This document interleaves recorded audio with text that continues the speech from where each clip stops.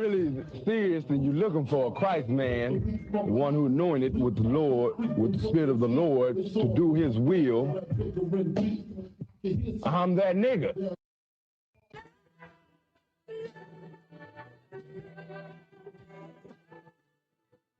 One West, 125th Street.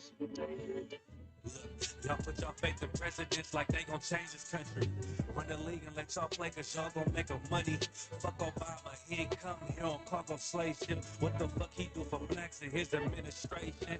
I'm waiting, patient like a saint. Black, Hispanic, Native, they hate your ass the same. Hate Christ in they image, paint you as a slave. God ain't all love, scriptures say he hate. African soul niggas, they know we not the same. School to prison pipeline to get you off the streets. Put you in the cell toilet connected to the sink. Molested as a kid, she prostituted as a teen. The byproduct of Martin Luther King dream. They just took the yoke off, my nigga, we ain't free. We live in bleak in these wastelands of poverty. If you don't know the truth, then the lie sound promising. Prophecy, gift and the curse. Dylan started killing, they was sitting in church. Black folk forgave him, man, this shit is absurd. You should never love your enemy, that shit ain't gonna work. Yeah, fuck dying on your knees, you better die in glory. Man, I joined the UPK, told me the art of war. I took a nigga life like mine to be recognized. I feel that pain every day, it can't be reconciled. Pops banging, my sister a prostitute. My brother got life, and somehow I still found the truth. War ready, no cowards, no excuse. Fuck reparations, you can't bandage no open wounds. Blood on the leaves, body swing hooked from a noose. I was on a run in Nashville and I found the truth. I taught the school, classes being held by the shot on my life. I want to be a gangster like a cop. Do this for my brothers, real brotherhood. Everything we do, we got it out this book. My nigga, I could never be no African. UPK the only authorized acronym. I'm passionate about my brothers and sisters. We in hell, I ain't got nothing. Cool. Cool. Oh yeah, yeah. I just thought it was important to point out the gaps there. And Captain, how are you? I'm all right. And yourself? How you gave me now, right? Yeah. All right, perfect. You come up a little bit though. You mean closer? No, that can you crank your volume up a little bit? Oh, yeah, I could turn my volume. I don't know if it got louder. Did it get louder now or no? No? Yeah, if you could do that for me, appreciate it. Wait, test it. Yeah. Okay. But I just wonder why I'm moving slow.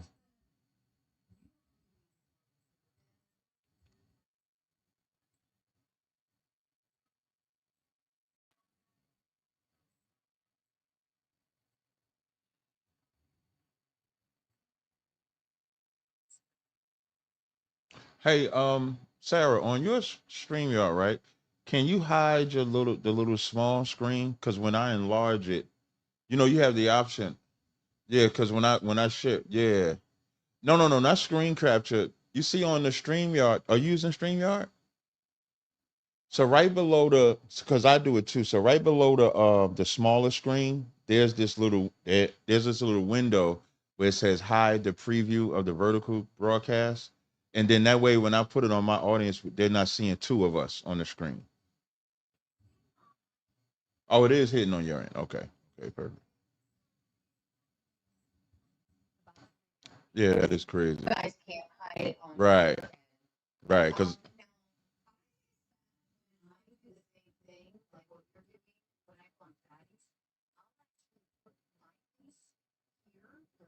hmm okay. So if that helps for you to be double on your screen, it Okay. might Yeah, do it it. might. Yeah, it just might. Um, We'll see. or even if you're in avatar mode, it still blocks it from being double. But And I the may the I'm the sorry, only go way ahead. to get away from that is to use OBS and then screen capture only the Oh, box. that's But if you're diabolical. not using OBS, it's like I couldn't begin to help you through that one. But Okay. All right, well, we'll deal with yeah, it. Um, yeah. But again, you're always welcome to just sync in instead. And then it'll only display what it displays like mine if you link in that way. But that's only if you want to link in and not do screen capture. When you stream to my audience, it doesn't come in vertical. No, you have to set it that way. If you want it to do both, I think you have to set it that way Right. where Like if I joined your StreamYard and selected stream to my audience, then it wouldn't do that. But the way it's the way that I'm doing it. It'll link exactly in. Right. So if you want to switch gears now, that's fine, and then you can just connect in. Or if you want to just stay as in, it doesn't make a difference to me. Right. But and then any of your super chats that come in, if you're linked in, they'll come in on my side, and we can pull them up during Q&A too. That's the benefit of syncing in through StreamYard, is we can connect with your audience and the super chats. But if you prefer to keep that to yourself, right, and talk to them later, then do it the way you're doing it. I think if they have their own StreamYard, Sarah, when you first go in and go to do restream, a box opens up, and in that box, you need to choose. It'll have horizontal, vertical, or both. It doesn't naturally start out on both. It starts out on horizontal. You need to turn and go in and manually change that to both. Right. And Israel, you would have to do that on your end. Yeah, I like it just horizontal. Yeah. It depends on what kind of audience you want. And I don't know if y'all notice I'm freezing. I may have to leave and come back if that's okay. Yeah, go ahead and do it now, and then we'll reset. Okay. All right, thanks. All right. So just close that. Let's see if I come.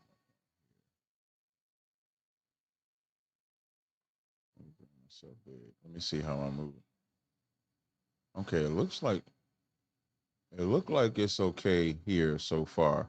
I just want to make sure that I'm not delayed, because when I joined initially it was moving pretty slow. Can y'all let me know in my audience? Can y'all let me know if it's moving slow, if it's moving fast? Because it seems like it's delayed on my end. Let's see if I need to close some program. I try to limit the programs that I have open on my side to avoid that. Let's see.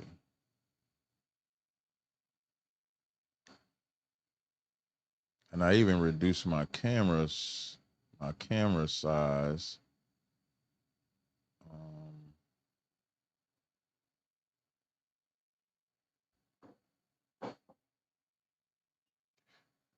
Don't mind me just moving fast. Okay, it seems to be okay. All right, so I'm gonna go ahead and rejoin their live stream and see what it does. Let me see what it does now. Click the StreamYard.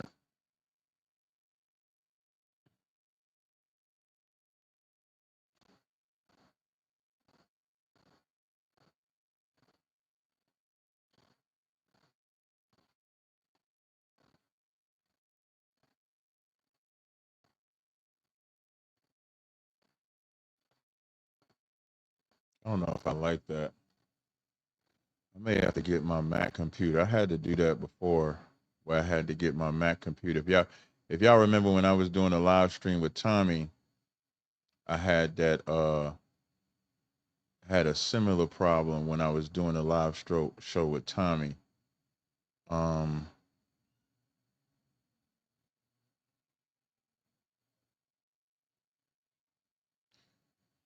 This is irritating me, man.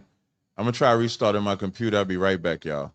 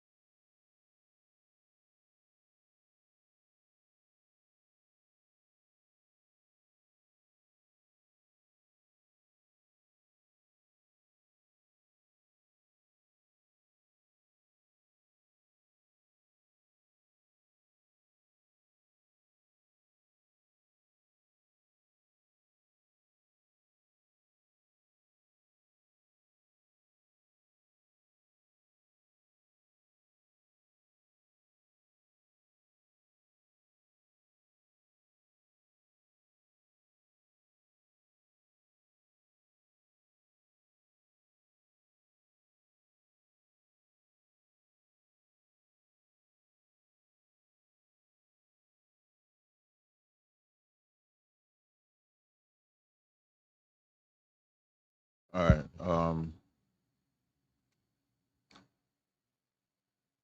All right. It seems to be moving a little better now. So let me come over here. Do this here. Okay, there we go. Yay.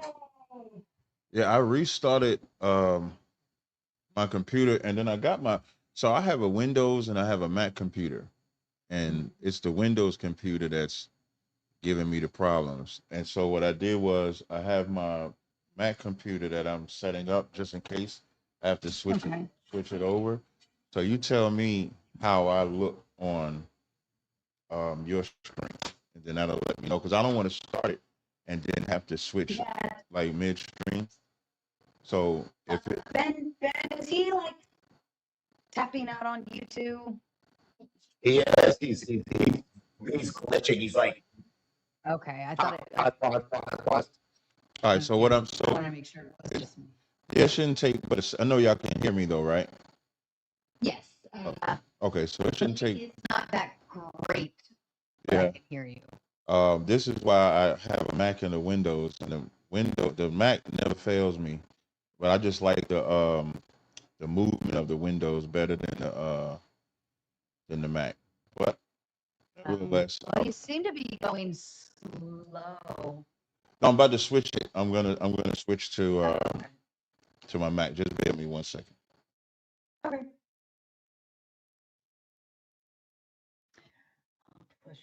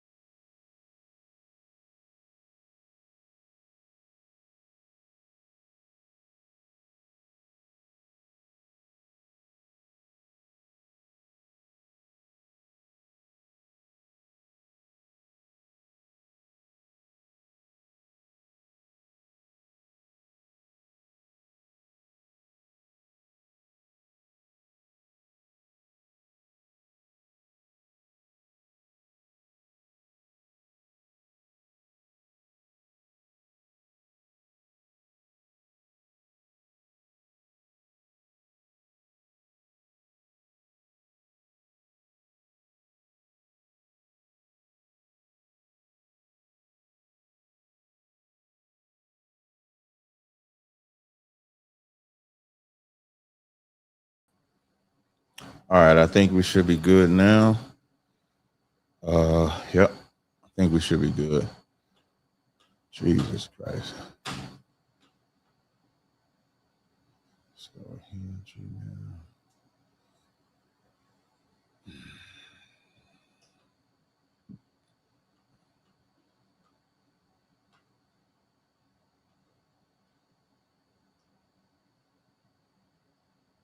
Testing. Yep. I think we should be good. Yep.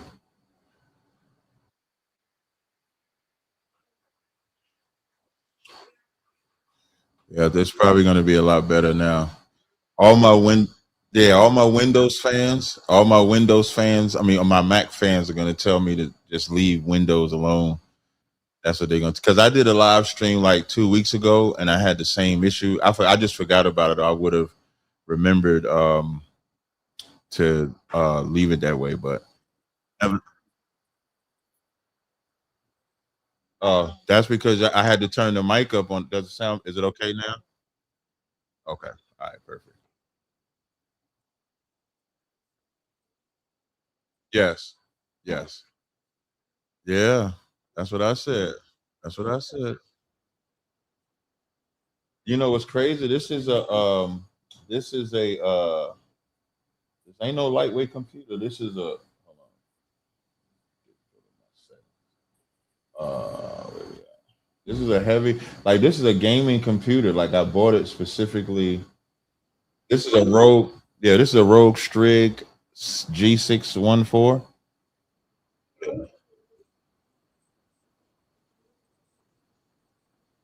Mm,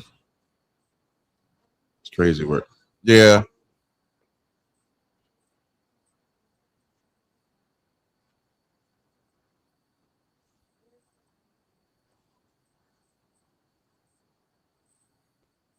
No. So you both have an affirmative position. But Israel, since you are the yes, I'm going to let you go first on the opening statements. Captain, you'll be second on the way back round. Captain, you will have the first say, and Israel, you'll have the last words. Interruptions are my absolute biggest pet peeve. You're both very familiar with how I operate. If you start interrupting the person and they start to get irritated by it, I'm probably just going to let them interrupt you later. Because at that point, if you're not listening to me, then you're not going to listen to anybody. So don't interrupt. It becomes a big issue for the show. I also reserve the right to put a 2-minute timer up on the screen if for any reason we cannot get together on not interrupting each other. And then we'll just have to go back and forth 2 minutes at each person, back and forth. It gets very boring very quickly. I don't recommend it. The mudslinging, name calling, you're an asshole, whatever. That's all fine, fair and game. It's an entertainment factor. I have an appreciation for it. However, let's not make it the entirety of the show if we're going to do it. Personal lives, family, mothers, daughters, sisters, husbands, wives, dogs, your neighbor, they don't belong on my screen or in my topic. So if you want to use hypotheticals, like if you had a wife, would you X, Y, and Z? That's fine. But do not say, are you married? Do not say, do you have children? Because people tend to take it personal when you make it personal and it all goes downhill from there. Trust me on that. You don't want to go there. I think I got everything. We'll get through the debate about 2 hours. If for any reason we're becoming cyclical, I'm okay with giving you guys the option to shut down the debate itself a little early and then move into open panel Q&A. Then we can get some new voices in. But as long as you guys are fresh and hyped and moving through the conversation, I'm not going to touch it until we hit the 2 hour mark. Any questions, gentlemen? No. All right. I'm going to tuck you both backstage. I'll bring you back up about 30 seconds before the intro video ends. I'll do all the introductions and get you where you need to go. Sit tight, hang around, and good luck to both of you. Here we go. Thank you.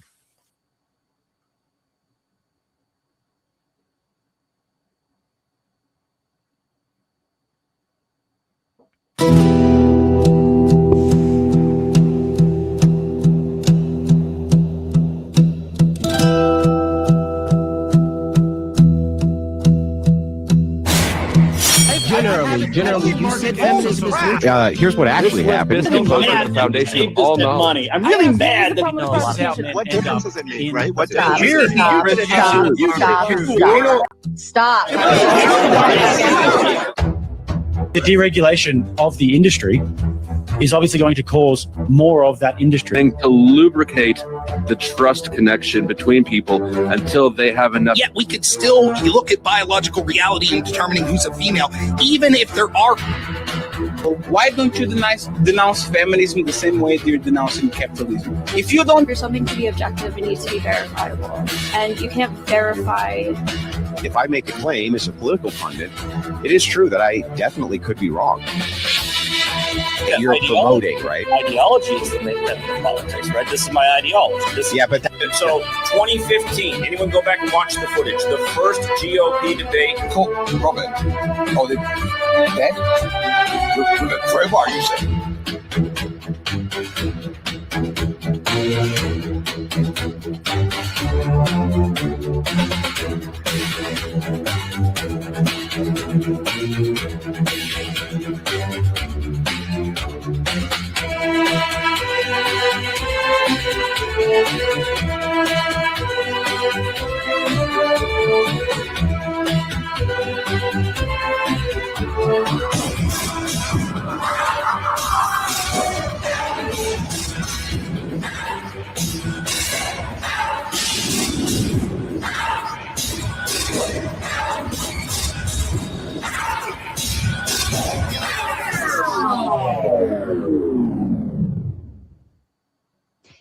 And good evening, ladies and gentlemen. Welcome back. I am Sarah, the Raging Tomato, bringing to you another Mater Nation production. We have Israel Horowitz and Captain Tazaryach, both ready to debate the question, are Jews today the real Jews?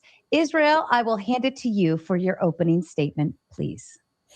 Hey, everyone. Thanks for having me back, Sarah. Nice to see you, Captain. Nice to meet you. I want to open up by saying, first of all, I know that you are familiar with debating, what would it say, Talmudic Jews, usually. Like, for example, I just saw your recent debate you did with Yosef Mizrahi, the rabbi, and I understand your frustration when debating them. I'm actually, though I call myself a rabbi, I am not Talmudic in any way. I'm actually against the Talmud. I think it has corrupted the Jewish nation, and I think it's extremely problematic. And I know that you combat racism and things like that. And I just want to point out that when you look at it from a Talmudic rabbinic perspective, there are actually racial undertones in the Talmud and the rabbinic writings. Case in point would be, as many are familiar with, the three sons of Noah, Shem, Ham, and Japheth. Ham was the son who actually mocked his father's nakedness. And the way that the rabbis interpret that, even though the Bible just says that he mocked his father's nakedness, the rabbis interpreted that he actually castrated his father. And so if you read Genesis Rabbah 36, it says that Noah cursed his son Ham, saying that because you stopped me from doing things that people do in the dark, which is having sex and procreation, therefore I will curse you with dark skin, implying that dark skin is somehow a curse. Of course, the Torah, the Bible never says that. That is an entirely rabbinic fabrication. You can also see what it says in the Talmud, Sanhedrin 108b. It says that they were prohibited from engaging in sexual intercourse on Noah's Ark. Again, Bible never says that. And it says that the three individuals that did have sex on the ark were the raven, the dog, and Ham. And the dog and the raven were cursed with certain things, and Ham was cursed in his skin, that his skin would become black. Again, rabbinic racism on display here. And I want to point out that I'm completely against all of that. The Torah never speaks about racism. In fact, the Torah is not racial at all, and that's kind of the argument I want to make tonight. Additionally, people are so absurdly ridiculous because actually when you look at the Bible, when you look at Genesis chapter 9, which is where the story takes place, Noah doesn't curse his son Ham, actually. He curses Ham's son, Canaan, right? And over again, it says that Ham is identified as the father of Canaan in Genesis 9:18, and it continues in this vein, Genesis 9:18, 22, 25, 26, and 27, where Noah explicitly calls out Canaan as the one who was going to be cursed, Canaan actually being the nation that the one time in history God actually commands a genocide against these people because they're so evil beyond compare. And they're not actually even black. They're Middle Eastern in the land of Canaan, which is where the Israelites came after the Exodus from Egypt. So again, the concept of the curse of blackness is a very evil concept. It's completely racist and false and not based in the Bible. So I just want to point out that I do not accept any of that. In fact, I completely believe that there are Black people that have their roots in the Israelite faith. There's the Ethiopian Jews, for example, who throughout their history have never even had the Talmud. And that's another big proof that the Talmud is not inherent to the Torah, because though they had traditions, they don't have the Talmud. And so, what we're looking at is, again, a situation where we have Black Israelites who do not have the Talmud, yet when they were brought to the state of Israel, they were made to convert through rabbinic Judaism. Now, I think that's a terrible thing. I think that's a double standard. European, Middle Eastern Jews were not told they need to convert through rabbinic Judaism, yet Black Jews were. I think that's complete discrimination and terrible. And the final point I want to make regarding identity as Jewish identity is that while I believe that it's entirely possible for people from Africa to be rooted in the Jewish identity, or the Israelite identity, rather, I think that's also possible for people who are not necessarily from Africa. Because the reality is, what makes people Israelites are people that actually maintain the label of a Jew/Israelite. I think we can talk about the fact that Jew is an incomplete term. It only refers to the tribe of Judah, which is wrong. The Israelite term is the correct term. And so what we're dealing with is Israelites that are spread across the entire world. And that's something I want to point out as well. When you look in 2 Kings chapter 17, you can see the entire northern kingdom of Israel being exiled northward to Assyria, which is modern day Iraq and Syria. And in 2 Kings 24 and 25, chapters 24 and 25, we see the kingdom of Judah, the southern kingdom, being exiled to Babylon, which is again north. So to say that everyone who was exiled north had to end up in Africa, I think fundamentally doesn't make a lot of sense, especially when we could see in Isaiah, for example, Isaiah chapter 11, verses 11 and 12, read as follow. On that day, God will call back his people, the remaining of his people, who remain in Assyria and Egypt and Patros and Cush and Elam, Shinar, Hamath, and the islands of the nations. And if we look at this geographically, Assyria is northern Iraq, and parts of Syria, Egypt, Pathros, and Cush are indeed in Africa. But then we go back to the Middle East, with Elam being in Iran, Shinar being in Babylon, and Hamath in Syria, and then the islands go off into the sea. So what we're looking at is a situation, and as it continues, Isaiah 11:12, it says that he will raise up a flag for the nations, and he will gather in the exiled ones of Israel, and the dispersed ones of Judah he will gather in from the four corners of the earth. And we see this echoed as well in Deuteronomy 28, 64, in which the Bible says that Yahweh will spread you across the entire earth from one edge of the heaven to the other among all the nations, right? So the idea of the exile of Israelites being spread across the entire world, including Africa, is certainly correct. However, it's Africa, but not exclusively Africa, where we're told that the Israelites will be scattered across the entire earth to the four corners of the earth. So really what we're dealing with is that there are people that have maintained their identity as Israelites, and they've maintained their way of life as Israelites. Sure, there are converts. Sure, there are people that have joined the nation. And I think it's undeniable to say that the Israelites during their exile intermarried and intermingled with the nations among them. Whether they went through formal conversion doesn't really matter. At the end of the day, it's people who maintain their identity as part of the covenant people. And I just want to conclude with this beautiful set of verses in Deuteronomy 29, 9 through 14, which speaks of a time where the Israelites are all standing before Yahweh, the entire nation. And included in the nation are what is called a ger, which is a sojourner, which is people that are not actually even bloodline Israelites, yet they are called the descendants of Abraham, Isaac, and Jacob. And what it says is that God is passing us through his covenant and his oath, and that applies to all the people standing there that day and all the people who are not even standing there that day, but future generations and future people who want to join this covenant. They are welcome. And the Torah explicitly over and over again encourages us to welcome strangers, sojourners among us, people that want to follow the laws of the Torah, people that want to be part of the covenant. They're actually welcome as part of the people. So my appeal to the captain here is that while you have problems with Jews being supremacists, I have problems with Jews being supremacists. At the same time, we wouldn't want to go reverse supremacy and say, you have to be black in order to be part of Israel, because there's no place in the Torah where it says that either. I don't think this is a racial issue.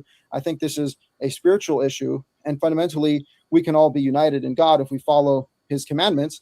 And to the extent that we know our ancestry, I think we have limited knowledge. But what matters more is the content of a person's character. Thank you so much, Israel. And Captain Tazaryach, your opening statement, please. Well, first, I want to say God is a racist. I just want to start there. Racist, the word racist is not in the Bible, so I would say God is a tribalist. God said, Israel is my son, even my firstborn. So anybody portraying to be the children of God and then making it seem like we can all kumbaya, that's false. God chose the children of Israel to be above all people, not even equal with all people. Keeping the commandments put us in a superior position. That's the point. So it's absolutely facts for us to be separatists, tribalists, if racism is a word that bothers people. But if God set them people, even Jesus Christ said, I'm not sent but unto the lost sheep of the house of Israel. So even he did not come to redeem all people. He did not. Another thing, we don't have an out of Africa theory. I am not a blackity black person. I'm an Israelite from the tribe of Judah. But we also have Israelites that are scattered across the four corners. James 1:1 says to the 12 tribes which are scattered abroad. So we don't teach that you got to be from Africa. I hate Africans, like specifically. Them Hamites, I don't like them. Why would I like the people that sold me to Jewish people and white people and Spaniard people, whatever type of European you want to call it? Them Africans sold us. I have the same hatred for them as I have for the people that enslaved my people. So we don't come from that concept. I reject everything about Judaism, every single thing, from being a Jew by your mother. Now, I don't know if you go by that position or not. I guess we'll get into it, but that is not biblical at all. So your rejection of the Talmud is actually kind of refreshing. I'll give you that, because most people try to incorporate the Talmud into some things, but we don't go by the Talmud, of course. We go strictly by the Bible. So that's Old and New Testament from Genesis to Revelations. And Deuteronomy 28:64 that you just quoted, not only did he say we would be scattered across the four corners, but we would also worship gods that neither thou have known, even wood and stone. Today's those two gods would be Christianity and Islam. Christianity is the wooden cross. Islam is that rock that they circle, that they call out. They think Allah is a god, but it is a rock in Mecca. So I don't know if I need to take as much time as he did, but I do want to dispel the myth that you presented that we're just about black people. And I know it's common for people to think that. It's common for people to think that we're a black supremacist group. But blacks, I mean, I'll say it like this: Dominicans, Mexicans, Guatemalans, Haitians, Puerto Ricans. We got a school in Europe. So the Europeans that are in Europe that are Israelites, the Africans that are in Africa that are Israelites, they are all my people. My only concern is when Israelites that have tried to portray as us have just not been us. I even think your class, like whatever Jew you present yourself to be, you're going to be the minority as well, because when we think about this subject, when I say I'm Israelite, I get laughed at. But when the so-called Jews say he's an Israelite, it's like, oh yeah, that could be. He wears a little yarmulke, a little Russian hat, walk around with the little, he can't even get locks. He got to twirl his hair on the side and string it all together. So those people are not. So I guess I can land there, and then, we could begin the dialogue. Perfect. Thank you, gentlemen, both. And also to the audience, both Israel and Captain T are streaming on their own platforms. So please be sure to check the video description if you want to find out where they are. Also, Uncle Guns is so willingly dropping their links in the chat. So head on over, like, subscribe, share their stuff out, but also, and most especially, send them all of your money. And a kind reminder, we are going to get through our debate. Then we will move into closing statements. Then we will read and respond to your kind super chats. And then, of course, your favorite part, we will open up the panel. So if you have something to say or question to ask, we will open it up for the open panel Q&A at the tail end. All right, gentlemen, I leave the floor open to you. I guess my first question is just so I can know who I'm speaking with. What type of Jew do you claim to be?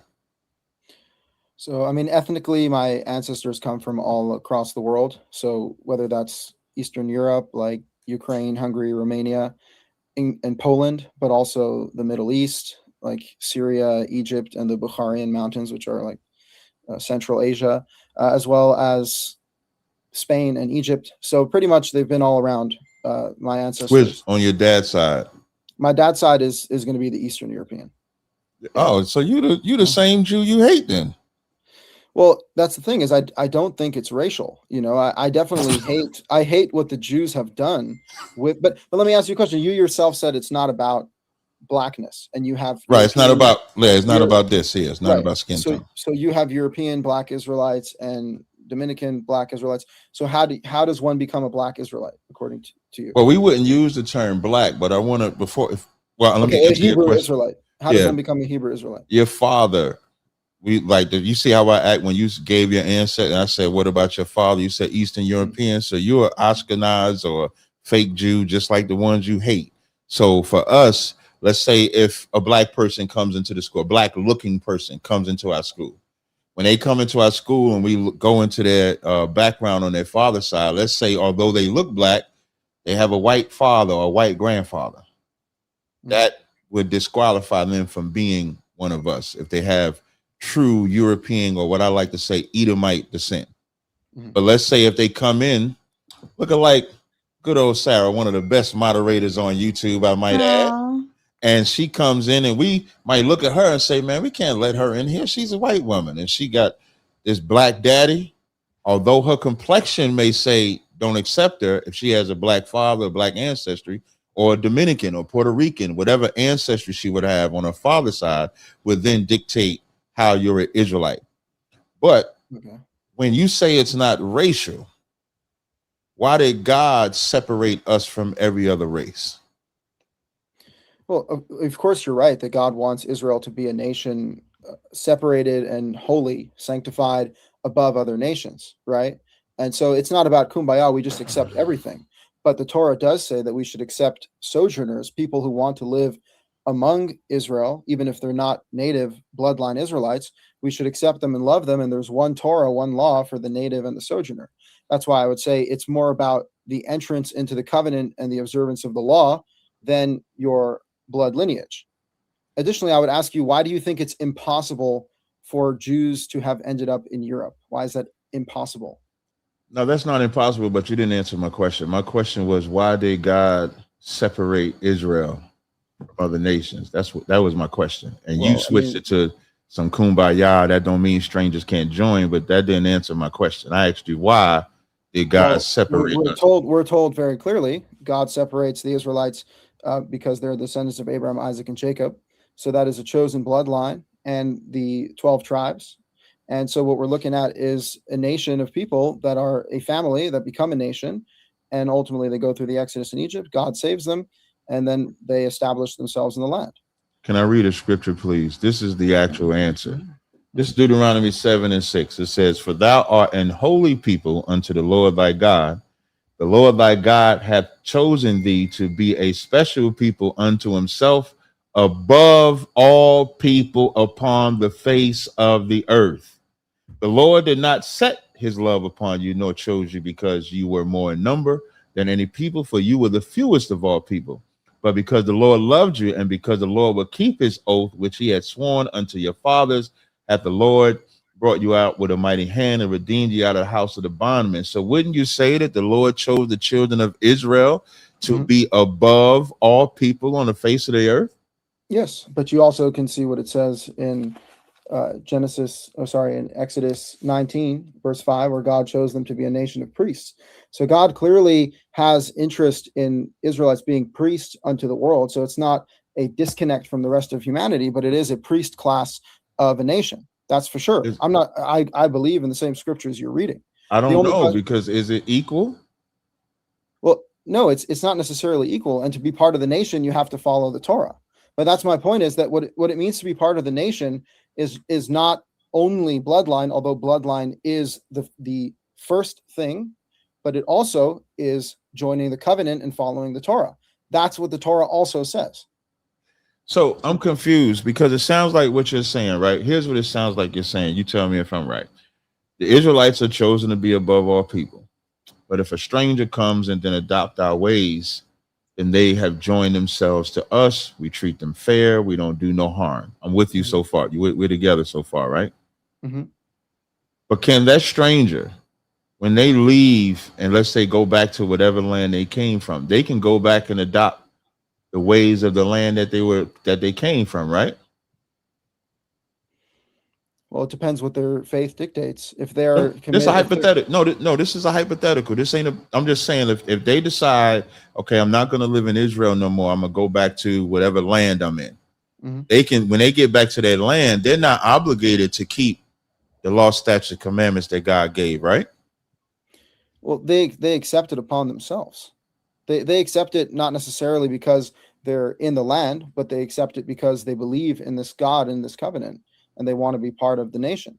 Also, does the Torah prohibit us from intermarrying with sojourners? Yes, but I want to just finish. Yes, but if I could just put a pin in, well, in Deuteronomy the 7th chapter, it says we can't marry their daughters, nor we can't Which take nations.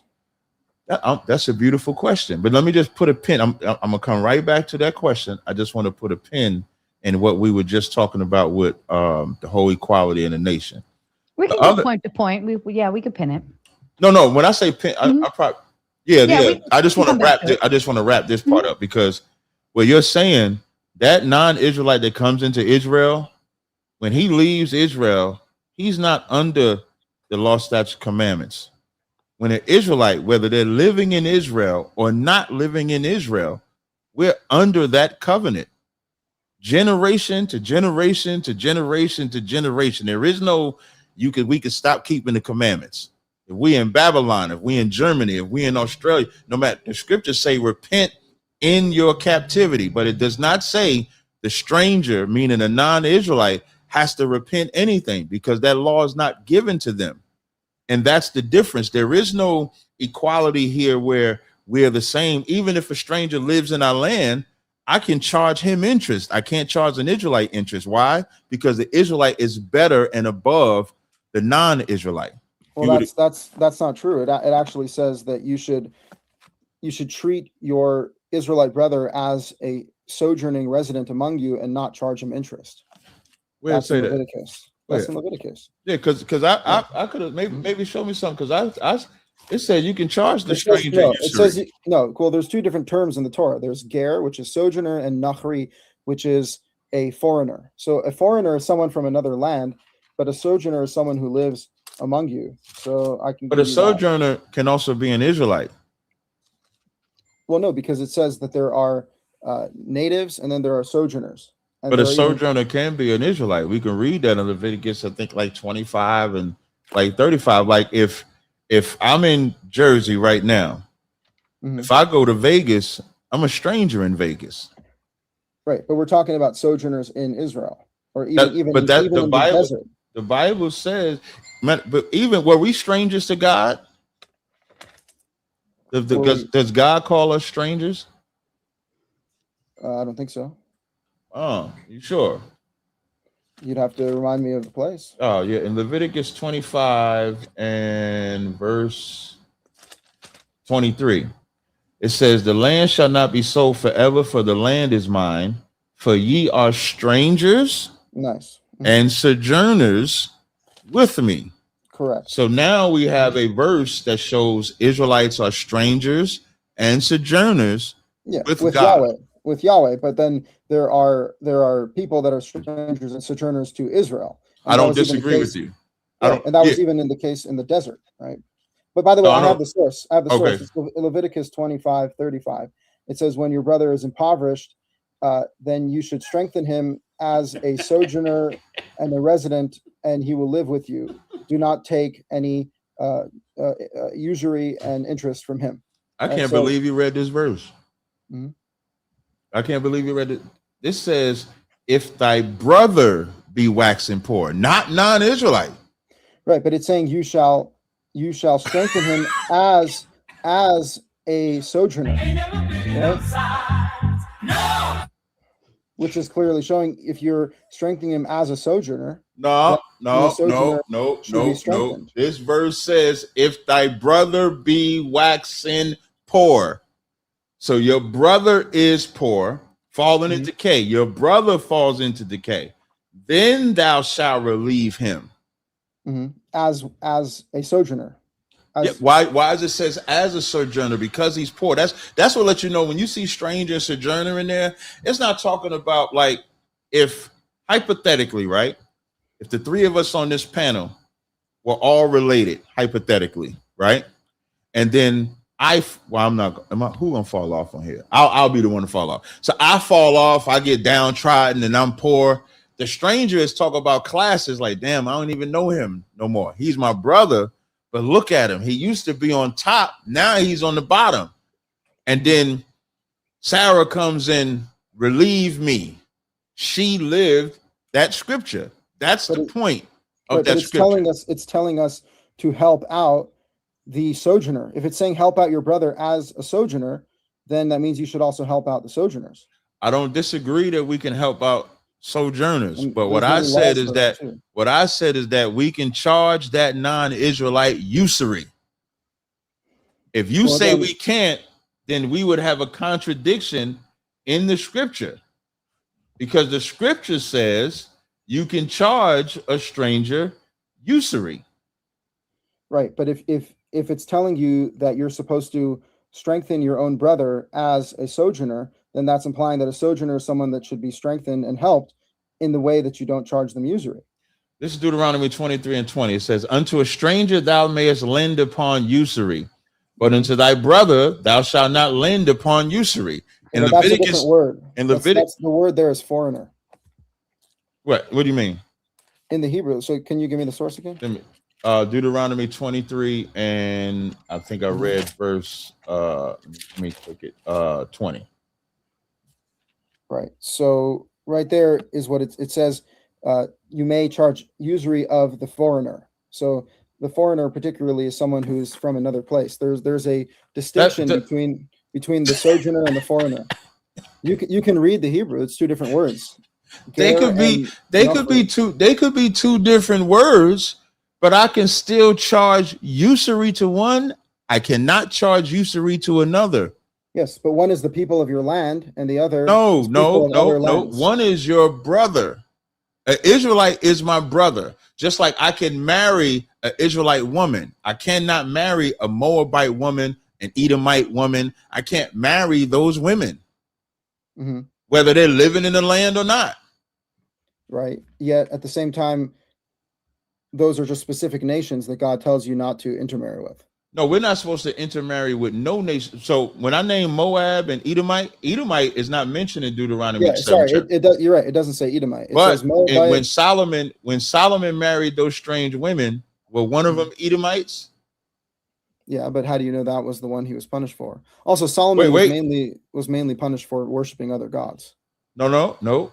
The verse says it named the women that Solomon married, women of Pharaoh's daughter, Moabites, Ammonites, Edomites, Zidonians, and Hittites, of the nations concerning which the Lord said, ye shall not go in unto them.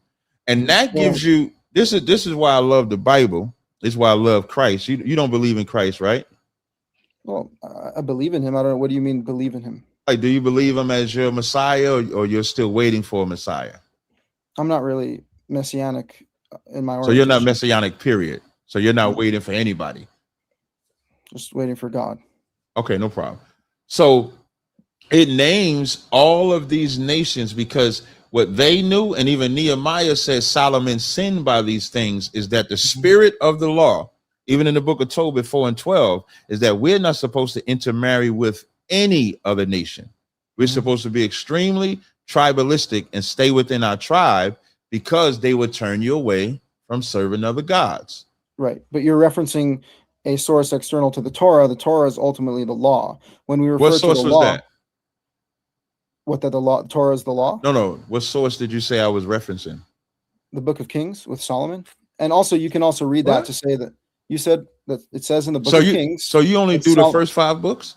Well, I don't. It says in the first 5 books, you may not add or subtract to these. Just asking if you only go by the first 5 books. Yes, only the first 5 books is law. Well, that's what it's. That's what it's. So you don't read nothing about. So nothing about Solomon is valid. David valid. I've read it. Which, by the way, David's grandma married a Moabite. Was a Moabite, Ruth right? was not a Moabite. All you disappointed me a little bit. If you just go look up a simple map. Let me see if I think I have it. I might show it on my screen. If you was just get a simple map when it comes to Ruth, let me see if I have this picture. I'll show you. Ruth, when you look at this picture I have right here, I don't know if you can see that or not. Mm-hmm. That picture right there, you see the green and the red? That's Reuben's territory. That's the plains of Moab. That's where Ruth, Boaz, and all of them lived. So when it says Moabite, that's because they were in the plains of, I'll see if I can blow it up for you. Yeah, I saw it. Yeah, it's the plains of Moab. So when it calls Ruth a Moabite, it's because she lived in those plains. Like Elijah is called a Tishbite. Even though there's no verse that calls Elijah an Israelite, calls him a Tishbite, because that's just the area that he was from. So Ruth did not come from we ain't got no Mongoloid, and don't put no Mongoloid in our dynasty. Well, okay, it does call her a Moabite. I mean, you could be called anything. I'm called an American. Okay. Are they not deliberating there at the end of the book how they can have her join the people, or that's a rabbinic thing? Yeah, that's just an argument among their customs. That's all. That's just an argument that they're having among her customs, just redeeming her back to the land. Because although they was in Reuben, this goes back to the stranger part. Although they was in the plains of Moab where they was going, she would be a stranger where she was going because nobody would know her. Mm-hmm. Just like people look at Israel like it's some utopia. Like if I'm in the land of Judah and I go to the land of Ephraim, every Ephraimite is going to know every Judite. That's not realistic. If I go to North Carolina right now, all the black people in North Carolina don't say, "Hey, Tazaryach, what's up?" I'm a stranger when I go to North Carolina. I'm a stranger if I go to Nashville. I'm a stranger if I go to any city that I'm not from. And then once I meet the people, then I know them. That is a possible reading, but I will still revert back to the same argument, which is that when we are told not to marry particular nations, it's those nations that we're told not to marry. The specific nations that God actually says either they are particularly bad because of how they treated you on the way from Egypt, or because they're so bad they need to be literally killed. But that's not a prohibition to marry all nations on earth. So you think you can marry other nations right now? Yeah. Even though Nehemiah called it a sin, even though it says in King Solomon sin? Well, again, they obviously point to the people of the land as the Canaanites as being the ones you may not marry. But the reality is, can you answer that question? When Nehemiah said, Nehemiah talks about the people of the land, the Canaanites. No, he said, did Solomon sin? And the women that Solomon slept with are not just Canaanites. It's Pharaoh's daughter. That's an Egyptian. Well, the Torah says that you cannot marry an Egyptian for 10 generations. I assume Solomon was still within that. The Torah says you're not supposed to marry Moabites. And it says that Solomon married women of... What verse says you can't marry an Egyptian? Yeah, it says until the 10th generation. I'll find it for you right now. Until the 10th generation, you may not marry Egyptians, Moabites, and Ammonites. Okay, that's a little different. What that's actually saying is the reverse. Because if that's the case, then after 10 generations, we can marry an Egyptian. What that's actually saying is if me as a black man was to marry an Egyptian woman and have children with her, my children couldn't come amongst the congregation until 10 generations. To get that stench or that stink ass Edomite, Hamite out of there. We got to get that Hamite spirit, that Hamite culture. We got to get that up out of my mistake. It says that they may not enter the congregation. Right. It says the children begotten of them. So that's if an Israelite man lays with an Egyptian woman, that child begotten, he got to deal with an Israelite woman in 10 generations, then they could come back. Right. So those are the nations that God prohibits us from marrying. No. Because you got Edomites, you got Hittites, you got Zidonians. Edomites are the so-called white man, so you can't marry them either. So that lets you know when the Bible says Solomon sinned, that law in Deuteronomy 7 wasn't just about those nations. It was about any nation. Even Ezra says to not deal with them like that so that we may be strong.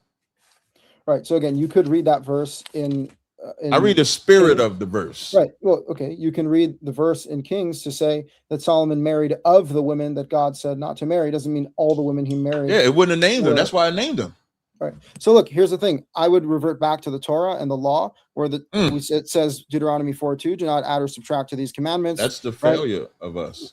Well, that not to add. Well, I was going to say us because you ain't one of us, but that's the failure that we experience. The failure that we experience is because even back then they would think that I'm going to look at this by the letter of the law. That's why Christ came and gave us the spirit of the law, which of course is better than the letter.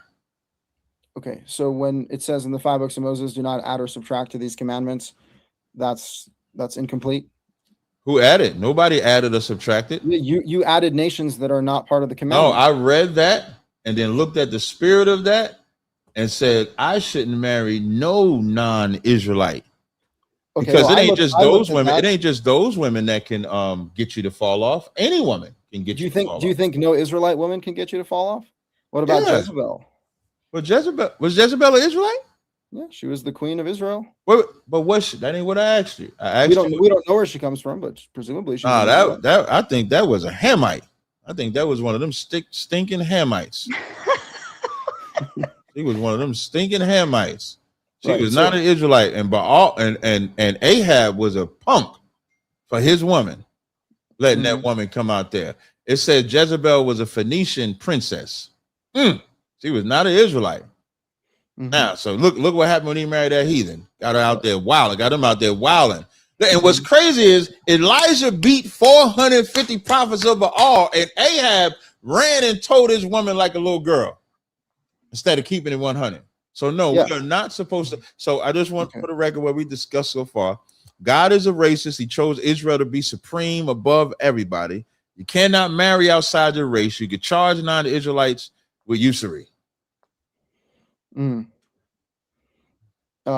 So yeah, I think we had a bit of a disagreement there on the usury question, because it does say to strengthen your brother as you would a sojourner and not charge him interest. It doesn't say don't charge him interest though. Yeah, it says do not charge your brother interest. That was strengthen him. What verse was that in Deuteronomy? No, that was Leviticus 25, right? Leviticus 25, 35. Yeah. So now Leviticus 25 and 35. I just want to go back to it. All right. If you want to see it, I'm gonna read. It says, verse 36 says, "Take thou no usury of him or increase, but fear thy God that thy brother may live with thee." Right. But it says that you should strengthen and support your brother as you would. How can a brother be a non-Israelite? I'm confused. Right. So again, I can see your interpretation, and it's saying, support your brother as a stranger and a sojourner. But how can a brother be a non-Israelite? Well, the way I would interpret brother is the people of your land, because there's a differentiation between sojourner and what about an animal that dieth of itself? An animal that dieth of itself, you can sell to a non-Israelite again, because we're superior.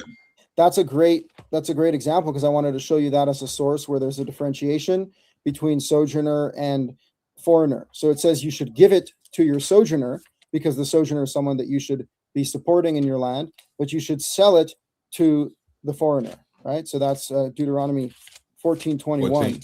You said 14:21? Yeah, Deuteronomy 14:21. Right. It clearly makes this distinction that I'm making here. Can I read it? Yeah, go ahead. Thank you. You shall not eat of anything that dieth of itself. Thou shalt give it unto the stranger that is in thy gates, that he may eat it. Thou may sell it unto an alien, for thou art an holy people unto the Lord thy God. Thou shalt not see the kid in his mother's milk. So in reverse, the holy people are Israelites, right? The alien and stranger is non-Israelites, right? Right. That's correct. And it says that is in thy gates. Right. But my point was that you should see here the distinction between the sojourner and the foreigner. The sojourner is someone who lives among you in your gates, who you should support by giving the animal that died. And the foreigner is someone who's foreign to the land, who you can sell it to and make money off of it. So I was saying the same thing with usury. You should help the people in your land, but for people outside of your land, you don't have to give them additional charity by not charging. I can do whatever I want to an alien and a stranger. I can do whatever I want. Whatever you want. Yeah, I could sell him an animal that died of itself. I could charge him interest. But when my brother, well, that's not whatever you want, right? You can't murder them. You can't steal from them. That's the subject. Like, this how I know you ain't no Israelite. You're supposed to know the spirit of what I meant when I said anything I want on what we talking about. Well, I if mean, you was an Israelite, you'd have been like, I get that. You got to have that vibe. You know, Christ said we the salt of the earth. We give it flavor. Get some. You ain't even got no flavor. Okay, but that's one aspect of the law. When you look at many other aspects of the law, you see statements in Exodus 12. Hey, look at the super chat. They're trying to help you out. 1 second. When you look at the chapter Exodus 12, and it's stated many times in the Torah as well, there's Torah achat, one Torah for the sojourner and for the native. So stating that there is one law, and as well Deuteronomy 29, which I quoted you, states that the sojourner enters into the covenant. Well, no, I disagree. I disagree totally with Deuteronomy 29. But what you said about Exodus and what we say about a stranger, period, treating someone like a brother and then being a brother are two different things. That's why in Deuteronomy 14:21, for example, when it says, "For thou art an holy people," non-Israelites are not holy. I ain't seen a verse yet where non-Israelites are holy. Israelites are holy. Well, so if they're part of the covenant, and they're still not holy because they're not bound generationally. Like if they take a hold of that covenant and then break that covenant, their children aren't getting punished to the third and fourth generation. That falls on us. The children of Israel are the only ones, like in Psalms 147:19-20, when he says, "He showeth his word unto Jacob, his statutes and his judgments. He have not dealt so with any other nation. And as for his judgments, they have not known them." So there is a distinction. What you're trying to do is, again, trying to make a kumbaya where we're all one. The Bible, the non-Israelites can be one with us if they're living amongst us, but they're not held to the same standard that we are when it comes to the Most High, because we are his chosen. They are not his chosen.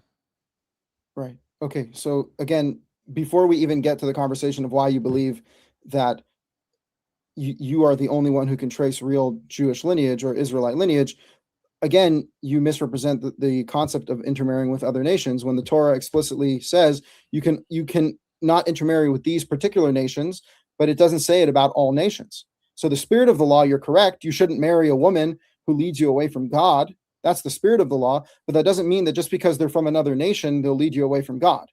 It's particularly stated about the Canaanites, the Moabites, the Egyptians for the third generation. I just looked it up, by the way. It says you cannot marry an Egyptian till the third generation.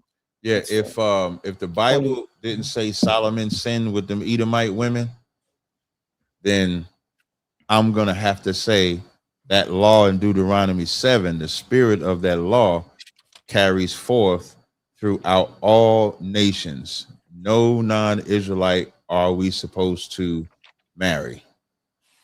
When Samson married, who did he marry? Philistines? Yeah.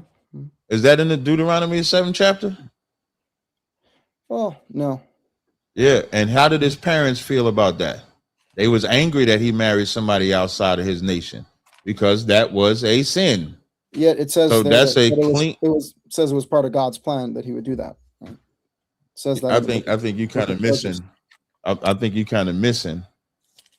His parents knew that was a sin because you're only supposed to marry someone from your tribe. Yeah, but so they had a better spirit than you.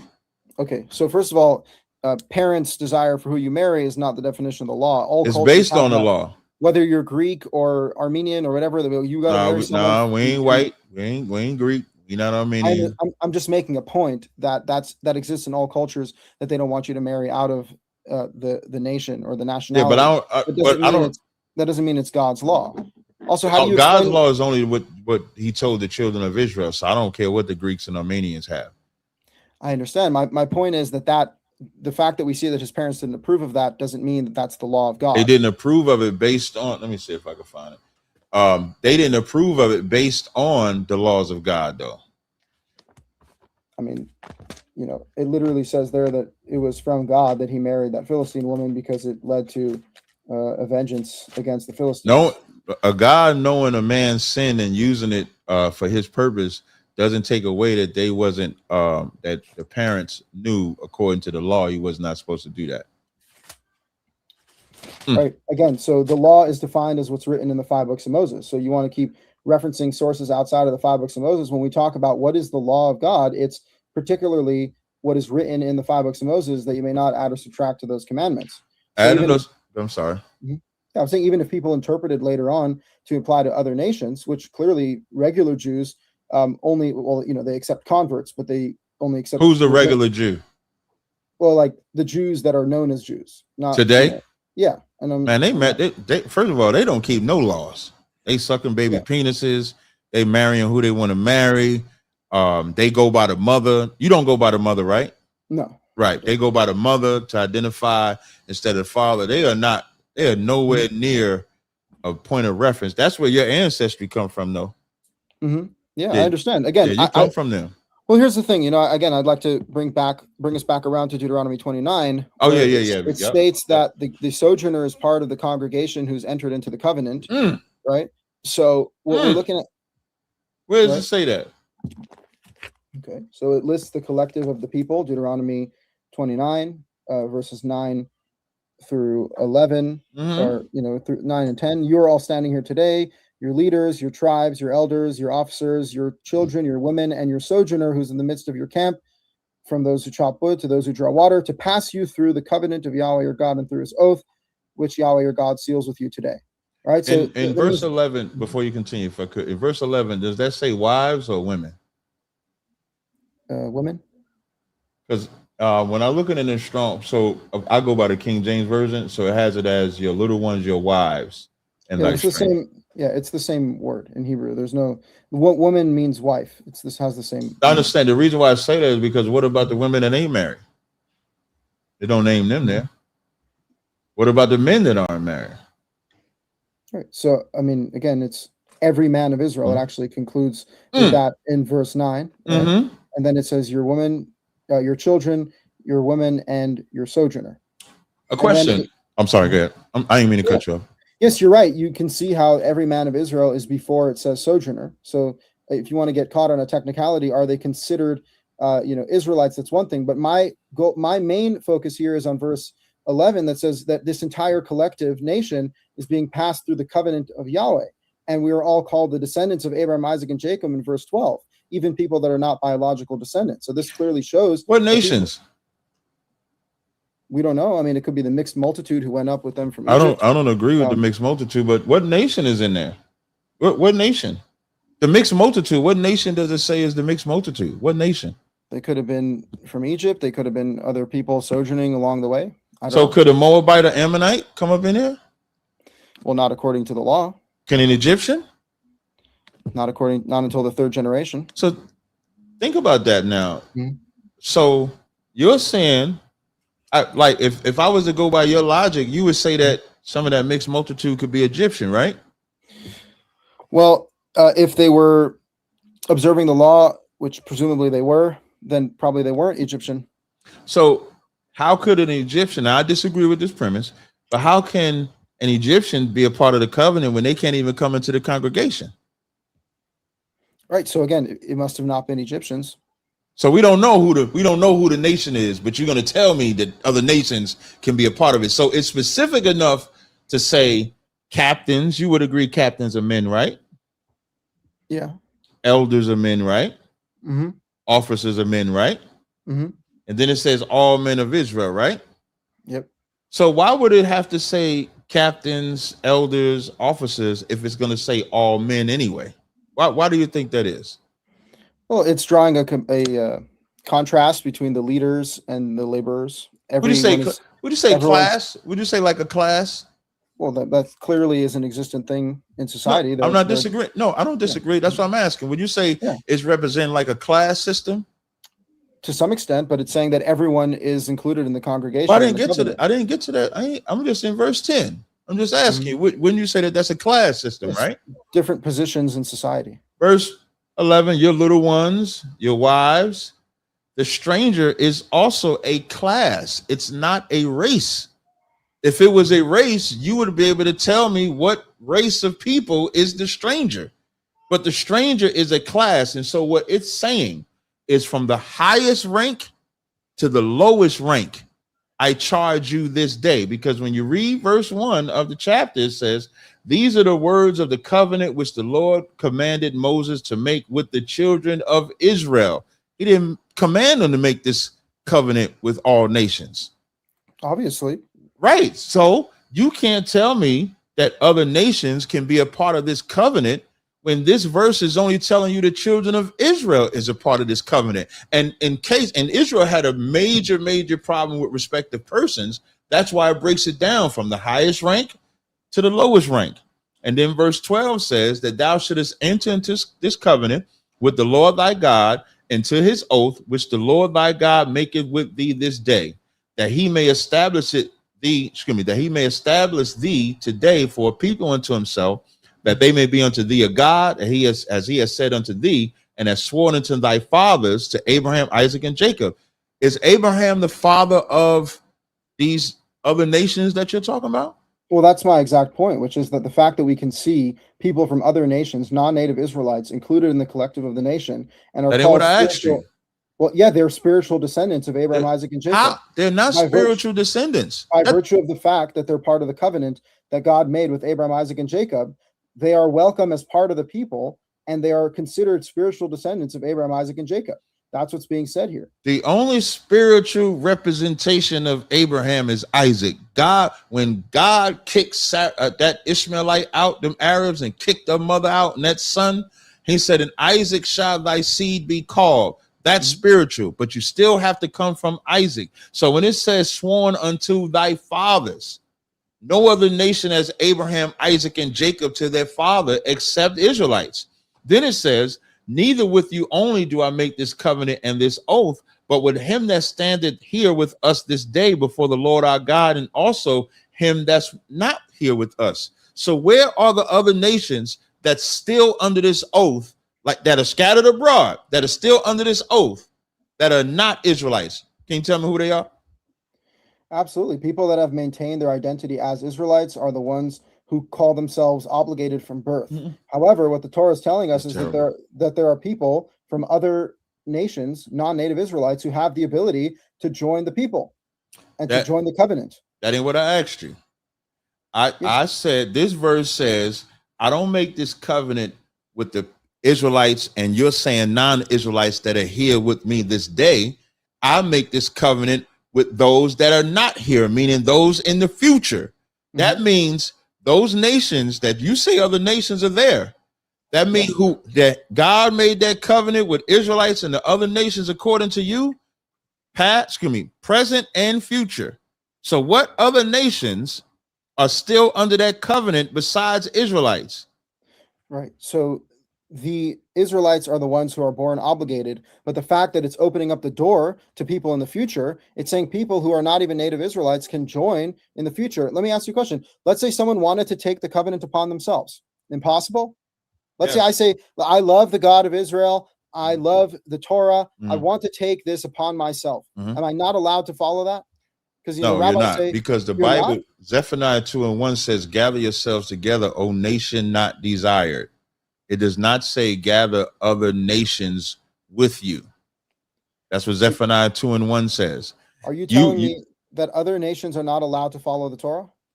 No, not in this current condition, because the children of Israel are not ruling. You yourself believe that your ancestry are not the real Jews. That's what you believe, correct? No, I didn't say that. I said I'm sure there is some real Israelite lineage for you. So that state of Israel, you think that's? I'm sorry. I'm saying we have a preserved identity. Both me and you, we call ourselves Israelites based off of things our fathers told us. I believe that it's entirely possible that your ancestors intermarried with some African nations, my ancestors intermarried with some European or Middle Eastern nations. I don't know. I wasn't there. But the point is that we've both maintained this identity as Israelites, and we both hold ourselves under the covenant and hold ourselves accountable to Yahweh. Yes, we're all sojourners on the earth right now. We're all scattered, and Yahweh's holding us accountable. And if you want to be under this covenant, God is saying that the sojourners are part of the collective, and that even people that were not there that day can enter themselves into this covenant. That there's nowhere in the Bible that says that non-Israelites can join this covenant while we don't have charge of the covenant. The state of Israel are those Israelites to you that are in charge and have reestablished the covenant of God? Have they reestablished the covenant of God? I'm asking you. Do you? I don't think they've reestablished the covenant of God. No. Yeah, I don't even think they're the children of God, because if they was, Tel Aviv wouldn't be like the #1 gay city on the planet, right? For sure. Yeah. So, right. So now we have not reestablished the covenant with God. So we're still gathering ourselves in this captivity. So God's covenant is only with us. Israel. So we're the ones, unless God's covenant is fulfilled with Israel in the land, other people can't read the Torah and follow it and want to be part of that covenant. That's correct. Because where did you get that from? Well, like in Isaiah 60, when we get brought back into the land, then we will bring the forces of the other kings here. That's what Isaiah the 60th chapter tells you. So the first one I had referenced was Zephaniah 2:1. Gather yourselves together, O nation not desired. The Israelites are not desired. So we're the ones that's supposed to gather ourselves together with each other. How can we, as the other nations are trying to destroy us, how can we gather with the people that are trying to destroy us? Again, I would not gather with people that are immoral. I would gather with people that are God-fearing and want to follow the Torah. That's what I don't know nobody that's God-fearing that doesn't respect that the God is a God. I won't say God is black or Negro in the sense of an earthly term, but God does have woolly hair though, right? Woolly hair? Yeah. Never seen God's hair. It's in the Bible. It's in the book of. Oh, I forgot. You only go by 5 books, so you can learn something. Well, you can't learn from me, but you can learn something somewhere else. Tell your rabbis or something. You got a rabbi? No. You might want to get one. This Daniel 7:9. I beheld till the thrones were cast down, and the Ancient of Days did sit, whose garment was white as snow, and hair of his head like the pure wool. Mm-hmm. Right? But when y'all think of God, y'all probably think of some white stringy haired dude, probably a rock star. I don't conceptualize God's image because God says not to limit him to images. That's not it. I'm not saying what he looks like. I'm just saying it says his head like the pure wool. Yeah, I can describe what his hair looked like because I can read it right here. Okay. He had a white garment on. I could describe that he had clothes on. Yeah, again, I don't think we know exactly what that means, considering God tells Moses, you can't see my face and live. Like it didn't describe his face. It said his hair. You can see his backside and see his hair. Was that God or Jesus? I thought you told me it was Jesus that was the. Yeah, Jesus got woolly hair too. Well, if the Father got woolly hair, the Son gonna have woolly hair. Right.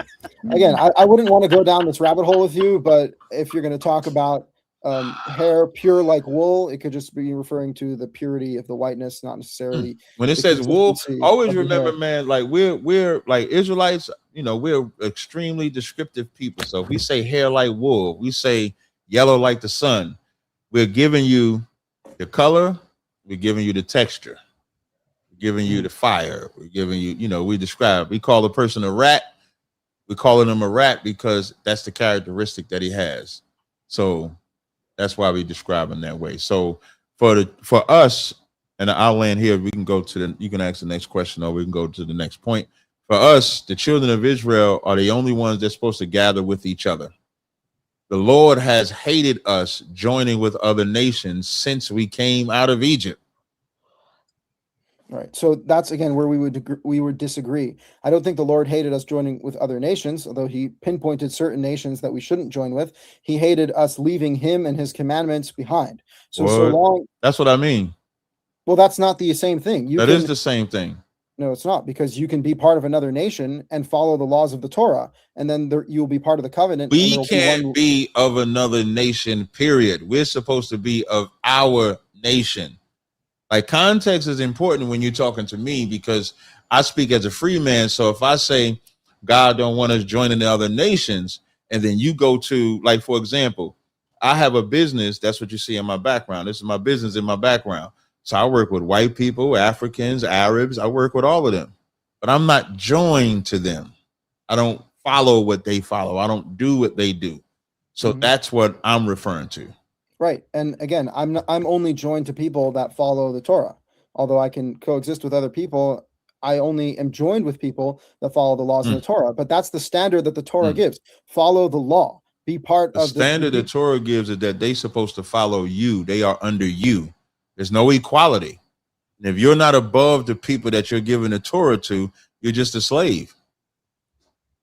Right. So the fact that they're above them is due to the fact that they have ancestral ties to the land and they have inherited land. Nowadays, no one even has ancestral land or inherited land. We're basically all sojourners on the earth. So the reality is we should be joined together in God and in the Torah. And if people want to accept the covenant upon themselves and enter into the covenant of Yahweh, the door is open clearly here in Deuteronomy 29. Even in the land when they was building back Israel, rebuilding the temple, I think it's in Nehemiah or Ezra, did they want the help of non-Israelites? I don't know. I mean, Solomon took the help of non-Israelites. No, that's not what I'm asking you. When they rebuilt the temple, I believe it's in Nehemiah or Ezra, did they ask help from care. Non-Israelites? Why does it matter? We're talking about the law. We're not talking about the practices of certain individual people throughout history. We're talking about what is the law. And when we look at the law, there's one law for the native and for the sojourner. So the Torah is the binding law for all of us. The fact that Israel is a dispersed nation. So you say you're an Israelite, I say I'm an Israelite. Ultimately, what determines a person standing before God, especially as an Israelite, is to follow the Torah and to follow all the commandments without adding or subtracting. I'm not. See, the difference is, just so you can understand, I'm not taking away from nothing in the Torah, Tanakh, Old Testament, or New Testament. I'm teaching it for what it is. We are above all nations. They are beneath us. They are not equal to us. There's nowhere in the Bible that says that they're equal to us. I didn't say that. I'm saying that the Israelites No, I said the Israelites are a holy nation, and people are allowed to join the covenant and the nation and the congregation of Israel. But you said they are one with us. When I asked you, are we above them? You didn't want to agree to that at first. So even when I first asked you the question, you didn't want to agree to that. Well, ultimately, if you believe, which you don't, but if you believe based off of what the Torah actually says, that you're allowed to intermarry with sojourners, no, you're not. Well, yeah, again, you haven't demonstrated that from the text. I did demonstrate it. You demonstrated it from Deuteronomy 7 that says you cannot intermarry these specific nations. So I don't agree with the white man's breakdown of Torah as the first 5 books of Moses. I disagree with that totally. For me, so you disagree with when it says that Moses completed writing the Torah, Deuteronomy 31:21. I disagree that that's the only law. Like in the New Testament, and Christ said, does it not say in your law, ye are gods? He's referencing Psalms, the 82nd chapter, because during their time, they knew that the law wasn't just Genesis to Deuteronomy. So when Nehemiah says that Solomon sinned, when it says that Solomon sinned, even though he slept with nations outside of that, that holds true. So I don't agree with that notion that we can't go to. There are no commandments. That's not a commandment. It's a historical claim. When you look at it's understanding, I'm not saying it from a commandment position. I'm saying it from here's what you're saying. You're saying because I show outside of Deuteronomy that it was a sin to marry an Edomite, you don't want to accept it because it's not mentioned in Deuteronomy, the 7th chapter. What I'm showing you is that Nehemiah had a better spirit than you. That's the writer of Solomon of Kings had a better spirit than you. That when they read that verse in Deuteronomy 7th chapter, they knew that what God was actually saying is not to marry outside of your race. That's what I'm saying. Yeah, you're trying to discredit it because the only comeback you can give is it's not in Genesis to Deuteronomy. That's horrible scholarship. That's not horrible scholarship. That is what the Torah says. Do not add or subtract to these commandments. And Moses completes it in writing. Again, Deuteronomy 31:24. So were they wrong when they so when Solomon and Nehemiah, so when it writes in Kings about Solomon and Nehemiah says it was a sin, was he lying?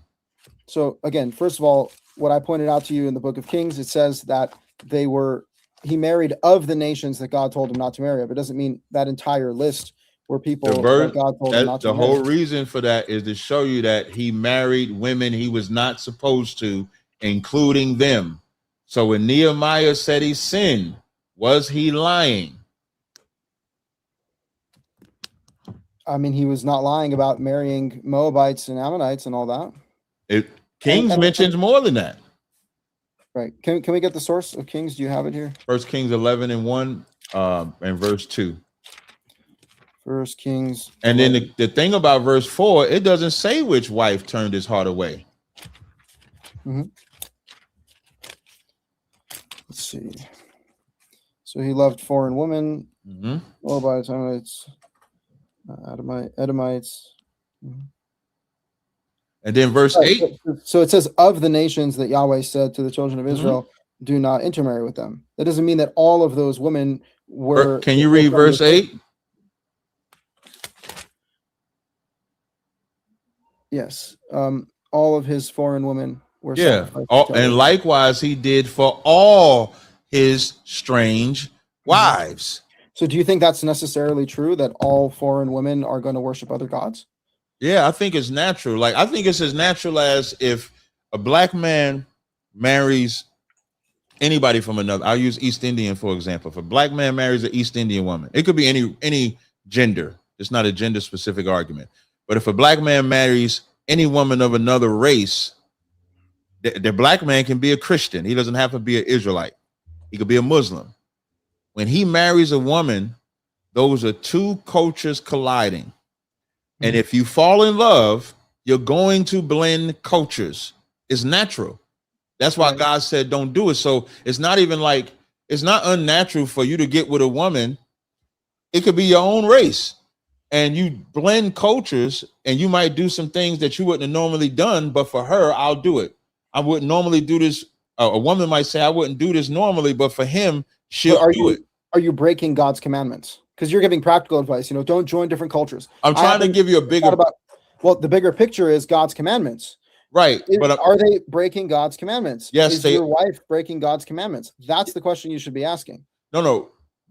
Solomon broke the commandments of marrying strange women and then worshiping and resurrecting idols to those strange women. What I'm trying to help you understand is how simple it is and why God gave us a law for it. Because God knew if the first commandment is to obey God with all thy might, soul, and strength, and have no other gods before him. He knows if you get this vagina from this heathen, that vagina make you do some strange things for it. And so he knows that. So he says, stay away from that. And so that's the point. So in verse 8, it says he did it for all his strange wives. So when Nehemiah said Solomon sinned, when this verse says of the nations which God said, that includes nations that are not in Deuteronomy, the 7th chapter. What if it was a sojourning woman who was following the Torah? Well, that's a what if you got to deal with. Because even if it's a sojourning woman, it still doesn't say we can marry a woman from another nation that joined themselves and lived in our land. It doesn't say that you can't. Yes, it does. That's what Deuteronomy the 7th chapter says. No, Deuteronomy the 7th chapter says you cannot marry these women from these particular nations. Let me ask you a question. Any women from other nations. Yeah. So what you're bringing about is a hypothetical that we can't prove. What I can prove is Deuteronomy the 7th chapter say don't give your daughters nor take their sons, blah blah, likewise like that. 1 Kings 11 and verses 1 through 8. Nehemiah, the first chapter, Nehemiah, I think it's like chapter 11, and the book of Tobit 4 and 12 says, beware of all whoredom, and chiefly take a wife of the seed of thy fathers. So if you want to be a whore, you marry outside of your race. That's an opinion. That's an opinion. It's not an opinion. That's what the text say. No, because the Torah is not making it a matter of race. It's making it a matter of. It is making it a matter of race. Even when you talk about the nations that you're saying that you're specific to, that's a matter of race. You can't marry that race. Okay, but it's those particular nations. This is where we disagree, because then Solomon did not sin by marrying an Edomite.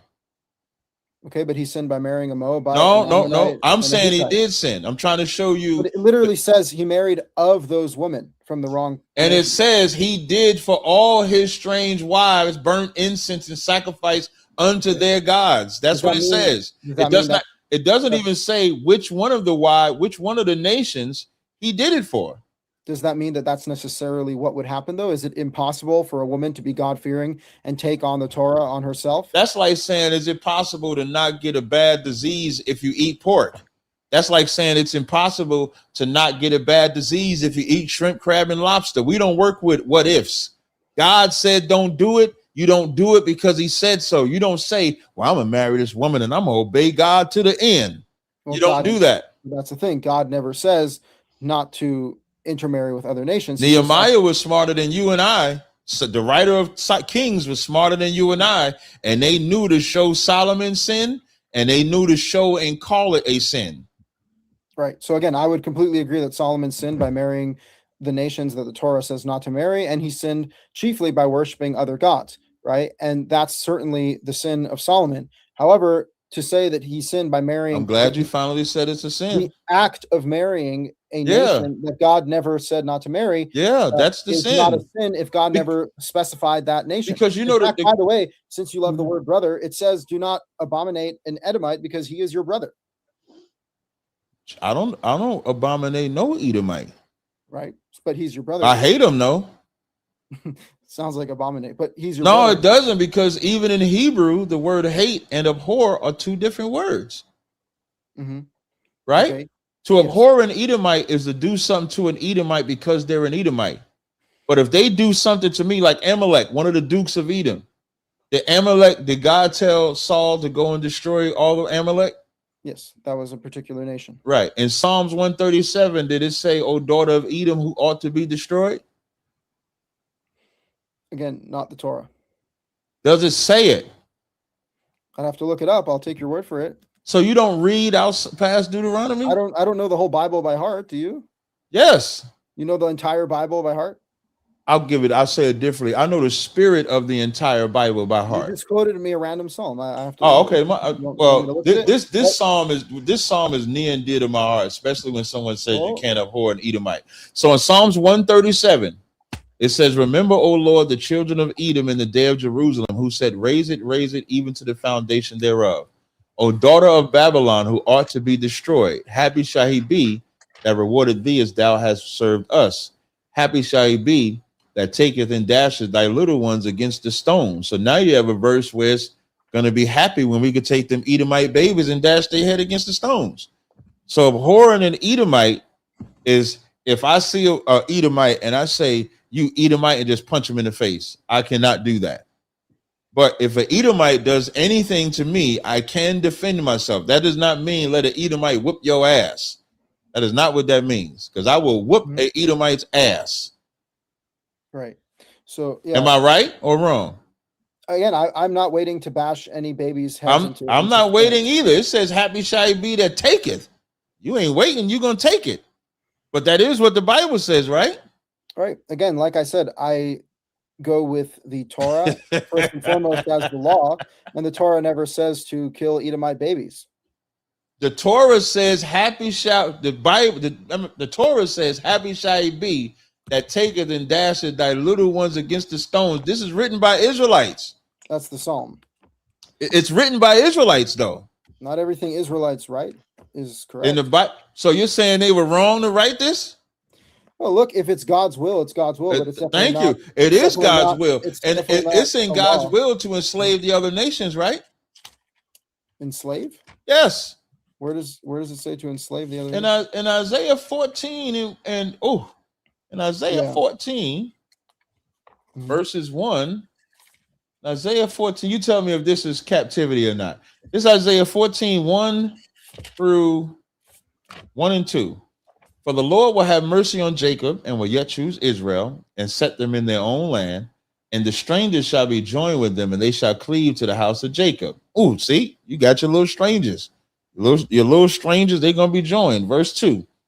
"And the people shall take them and bring them to their place, and the house of Israel shall possess them in the land of the Lord for servants and handmaids, and they shall take them captives, whose captives they were, and they shall rule over their oppressors." Is that captivity for the other nations?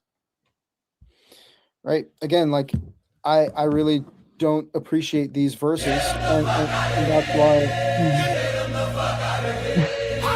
Let's hold those for open panel fun. How do you say, like, I'm reading from the book of Isaiah? Yeah, I'll tell you how, because I see what the Torah says, and the Torah says if you steal a man and sell him, you're punishable by death. So are we taking them captive? I don't believe that Isaiah is the law. Are Israelites taking them captive? Did this verse just say? And what's crazy is you said Israelites ain't the law, but you just read Isaiah 11 where we're going to be gathered from the four corners. So we can read Isaiah to gather from the four corners. That's Isaiah 11. I'll stick Wait, to nah. Deuteronomy. Look. Now you're running from the scriptures. Now. Well, again, I'll stick to Deuteronomy 30. That man said, wait, before you don't do that. Don't do that. We can go to Deuteronomy 30 in a minute. Well, and I know your that opening soliloquy. Yeah. Mm-hmm. You read Isaiah. This is what you read. You read Isaiah 11. Mm-hmm. You said, and it shall come to pass in that day that the Lord shall set his hand again that time to recover the remnant of his people. Is that true? Yes or no? Well, it says that in Deuteronomy 30. So no. If it said that in Deuteronomy 30, you would have read it. Don't run from the scriptures you read. You started there. So I'm going to ask you again. Does it say that in Isaiah? Right. So the reason why I read from Isaiah is because it has that clear statement of the four corners. But Deuteronomy 30 says the same thing, and you're right. Hey, you ran through Assyria, Egypt, Pathros, Cush, Elam, Shinar. Your opening soliloquy, you was going off. Why are you running from Isaiah now? Well, here's what I'll tell you. I would definitely probably have been better off reading Deuteronomy 30, where it says God will come. So are you now rejecting Isaiah 11? Well, I think Deuteronomy 30 already says that God will gather in. That ain't answering the question. Are you now rejecting Isaiah 11? Isaiah 11 is true because it says that in Deuteronomy 30. So then Isaiah 14 is also true. Well, no, I was bringing it as an example because I know that you believe in the entire book of Isaiah. So I'm bringing it as an example. So you don't believe in the entire book of Isaiah? I don't believe that Israel should enslave other nations. No, that ain't what I asked you. Do you believe in the entire book of Isaiah? Well, no, I guess not, because if Isaiah says to enslave other nations, I done made this man reject the Bible. Well, again, it's not a rejection of the Bible. It is. You just rejected the book of Isaiah.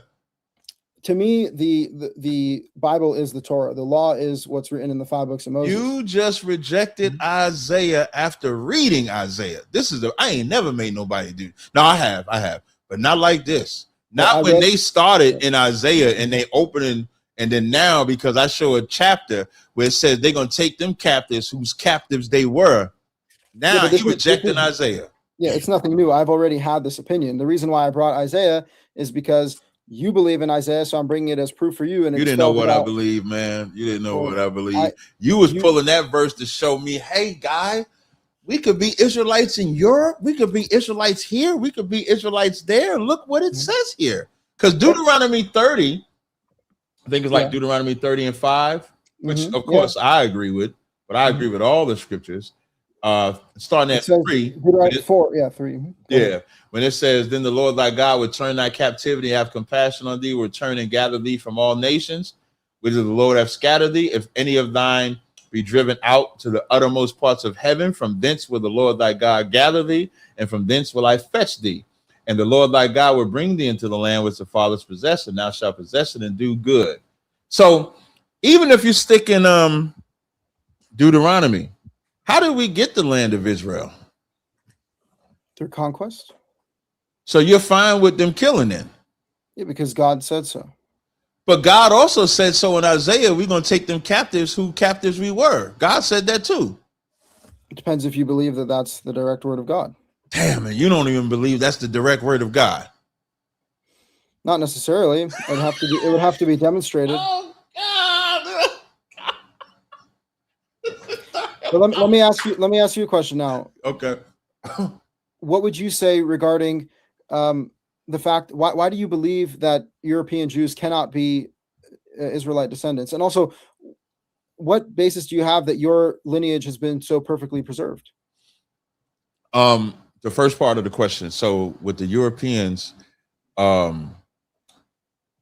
their conversion, I think, is in like the 5th century starting.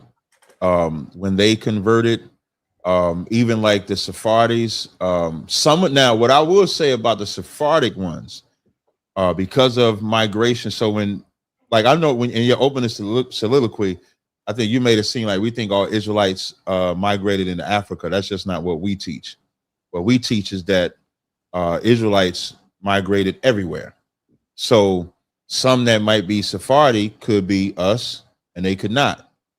When you talk about Amalek or the Ashkenazi, those are converts. That's what we're talking about, like your ancestry. Your ancestry, you come from converts. Them Poland and Russians and Germans, those are all. How do you know that? Because that's what they know. That's why they reject the whole concept of how you are a Jew, how you are an Israelite. They don't even go by the Bible. They don't go by the Torah at all. Middle Eastern Jews have the same laws as the European. No, they don't. You're a Jew by your mother, according to them, correct? According to Sephardic Jews as well. It's the same law. By your mother, right? Uh-huh. Where is that in the Torah? It's not. I disagree with that. That's what I'm saying. So even by their own way of establishing them being Israelites is impossible. If they go by their mother, then that means that Jewish woman that sleeps with a Chinese man, because that baby comes out of a Jewish vagina, they think it's a Jew, and it's not. That's a Chinese baby. Mm-hmm. Right? Isn't that a Chinese baby? Yeah. Okay, then. So for all them women that have produced children, they are producing children opposite of Torah. That's why Revelations 2 and 9 say they are the synagogue of Satan. Right. Okay. So all of this based off of your assumption that you cannot marry converts. It's based off of them lying on the Torah. They lie. They lie on the Torah saying you're a Jew by your mother. That is a complete and utter lie. They circumcise their babies opposite of the Torah. That is a complete and utter lie. Opposite? Or they just add a little gross? No, they opposite. There's nowhere in the Bible that it says, let that rabbi come and nibble on nothing. Yeah, no, that's disgusting, obviously. So that is the synagogue of Satan. Okay, but here's the thing. You know, Isaiah, bringing up Isaiah again, it says, surely your turning of things upside down shall be esteemed as the potter's clay. So what they have done is turned upside down what it means to be a Jew, even using the term Jew. I was on Matan Evans' platform 2 weeks ago. Yeah, 2 weeks ago. I asked them, where's Reuben at? Where's Simeon at? Where's Ephraim at? They don't even know. Mm-hmm. So they're fine with being the imposters. Even the state of Israel was by chance. That's not what they wanted, right? You know that history, right? Uganda. No. They actually wanted South America.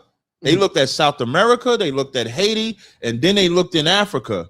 And then they settled on Palestine and divided Palestine in half. Because they wasn't concerned so much with being the chosen people, we're just finding a place where we could kind of take over. So for them, no, they don't follow that. For us, we go by biblical prophecy. Deuteronomy 28:68 as an example. You mentioned Deuteronomy 28 and 64.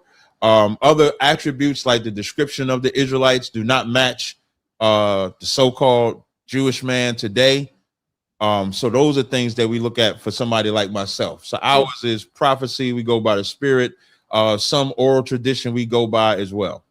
But in the same sense that the Sephardic Jews intermingled with the Middle Eastern cultures based off of conversion, the same way that the Ashkenaz Jews intermingled with European culture. Mm-hmm. What makes you think that your ancestors didn't intermingle with Africans? Oh, I never said we didn't. That's why I said we go by.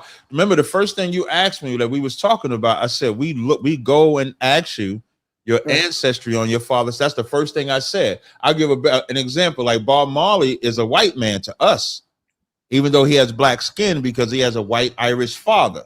So you know, Mariah Carey, but then Mariah Carey would be a black woman to us because she has a black father. Okay, you know for a fact that from you, father to father to father to father goes back to one of the tribes of Israel. Yeah. How do you know that? Well, our Bible says strive not after endless genealogy. So we go by oral tradition, us coming off them slave ships. Even when you go look at a map, it'll say land of Judah. When we first came over here, we actually knew we was Israel. One of the reasons they took away our identity was for that reason. So So only black people that were sold as slaves are Israelites. Because no. See, this listening is an art, because you have Israelites that was in Europe, even though some of them was a part of the slave trade too. They're the ones that ended up on the Caribbean islands. But you have Israelites that are in Europe, Israelites that are in Australia. You got Israelites all over. So we don't say that Israelites only come from Africa. You was asking about, I was assuming you was asking about those of us in America. Even the transatlantic slave trade itself started from America to Spain, because so Israelites are people who have heard from their father to their father to their father that they came from the 12 tribes of Israel. Yeah, and one other thing I wanted to add, like the natives of America, they knew they were Israelites before they were conquered. You can get a good book called Lost Tribes in Promised Land, where they spoke Hebrew. They knew what tribes they was from. They knew that they was from the tribe of Reuben, and Ephraim and Manasseh was on an island nearby. You can find this information in history. The Native Americans were Israelites? Yes. How did they get there? In 2nd Ezra, the 13th chapter, you mentioned 1 Kings when they was taken into Assyrian captivity. In 2nd Ezra, the 13th chapter, they said that they would go to a land where man did not dwell, and that land was called Arsareth. So they were here thousands of years before Columbus got here. How do you know how they got here? Yeah, the Lord. Let me read it for you. The Lord helped them travel over here. Hold on. By ship or through the land bridge? By ship. Yeah, by ship. I don't have the book in my presence.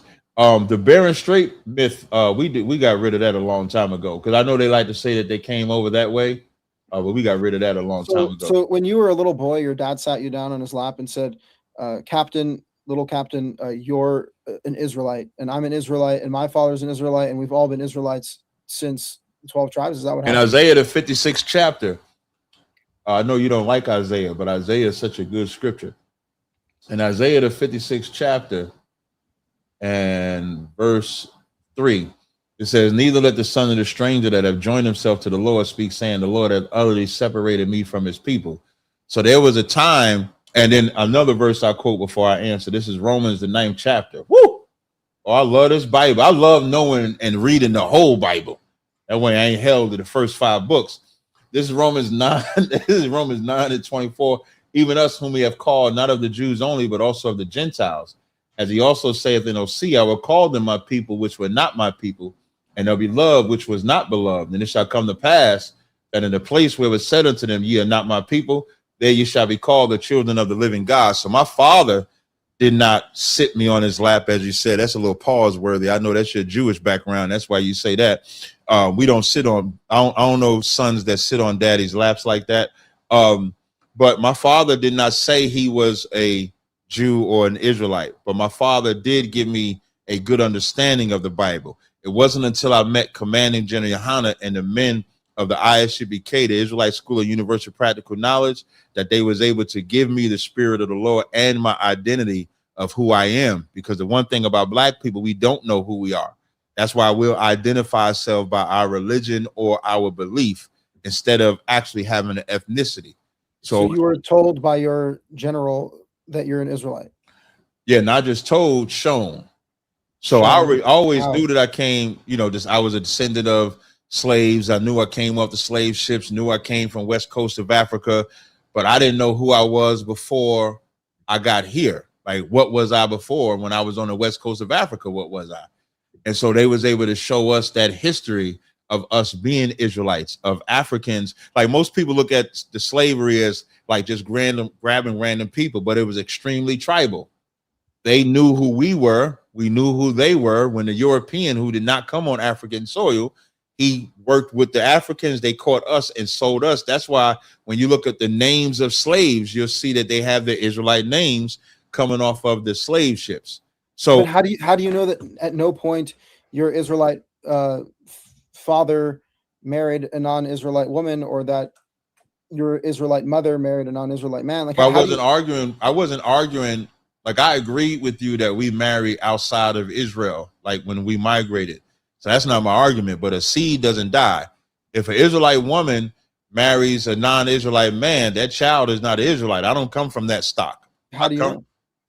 Well, I was able to trace my lineage back as far as I could, but our book says don't strive after endless genealogy. So there came a certain generation. I couldn't go past that. So I just know by tracing that and the Spirit of the Lord. That's why I don't reject Isaiah like you do. Okay. Well, first of all, I didn't reject you Isaiah. Did. You said you did. You on record. You on record saying I reject it. I guess I reject it because I don't believe it because you don't want the other nations to go in captivity. That's what you said. Yeah. I said I reject that Isaiah is the law. And to quote, no, you ain't say law. Nope, you don't do that. You know the tape is out already. You already said it's already recorded. No worries. I'll make so many clips out of you, man.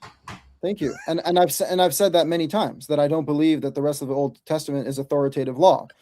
However, authoritative law and authoritative are two different things. Excuse me. According to Deuteronomy 18:22, it says if you want to know if a prophecy is true, see if it comes true. So I guess we'll see if it's true that at the end of days, God wants the Israelites to bash Edomites' babies' heads into the rocks, even though we don't even know who Edomites are. So that's an entirely different point. But I'd like to kind of get caught on this right now, because what about me? I come to your organization and I say, I'm an Israelite. My father is an Israelite. His father's an Israelite. All of us. Where do you live at? What city? I don't want your address, just the city. Right now, I live in California. Man, go to one of our schools in California and find out. So how do you find out? You trace genealogy? I just told you how to do it. Go to one of our schools and find out. Go in there and say, hey, man, I think I'm an Israelite. See what happens. So listen, I'll tell you a funny story, man. I'll tell you a funny story. This African came to our school.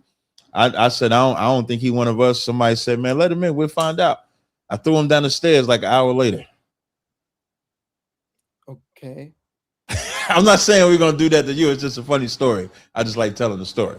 Yeah, again, but you're not actually providing a method in which you determine. I'm telling you the method. Come to class and find out. That sounds more like, oh, come to the secret class and find out. Tell me. It's not a secret class. It's public. It's open to the public. We got classes Monday through Friday, 7 to 9 p.m. It's how convenient is it when you just gave an entire soliloquy, to quote you, about how terrible and disgusting all other nations who aren't Israelites are, yet you yourself admitted that you don't have certainty of your genealogy. I didn't admit that. That's how you interpreted what I said. Our tradition says not to pursue too much. Not to strive after endless genealogy. Not to strive after. But I know that I'm an Israelite, though. How do you know? If you don't because have I just told you from biblical prophecy, when it says you shall go into Egypt again with ships, none of your people who went in captivity on ships and have not been redeemed yet. I mean, you have Jeremiah 42:44 who have not been redeemed yet. I'm talking about now. What do you mean by redeemed? That's what when it says no man shall buy you, that's redeemed. Right. Who's been redeemed? What Israelite? Who went into cargo slave ships and been redeemed? What do you mean by redeemed?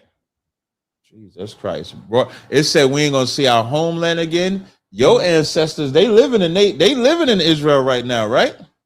Mm-hmm. So why ain't they got all of Israel? Because that's not even all of Israel. That's just half of Palestine. Why y'all don't have all of Israel? I'm not. Because you're not the people. Because they're not the people. Okay. Or they're not following God's commandments. That's another. They're not the people. Or they're not following the Torah. They're not the people. How do you know that? Because they're not. Listen, I remember when Helen Thomas said they should go back home, and they was like, "What do you mean?" He said, "Because they're from Poland, Russia. They fired her from the White House. She had worked there since like 50s. They fired her that day. Mm-hmm. She got fired because everybody know. Arthur Koestler wrote a book called The 13th Tribe. Are you aware of that? No. So Arthur Koestler wrote a book called The 13th Tribe in the 70s, and he's a so-called Jew. And he said, if they are the Jews, then there's 13 tribes, not 12, because they have no connection to the ethnic children of Israel. Was that based off of DNA or what? It's based off of them knowing their history. Another good book, Chosen People of the Caucasus, where they also know that they're not Israelite. They're Caucasoids. Like their tribe is Amalek. Like you are from the chief tribe of Esau. That's why Elon Musk call y'all peak white. You're a peak white. Okay. Again, I don't associate with any of these labels, and I think it's all terrible. In fact, like I told you, I think what matters most is following God's commandments. Now, the reality is, if European Israelites claim that they come from the Israelites in the 12 tribes, and they have genealogies to trace that. They don't. Of course, they don't strive after genealogy too much. They and don't.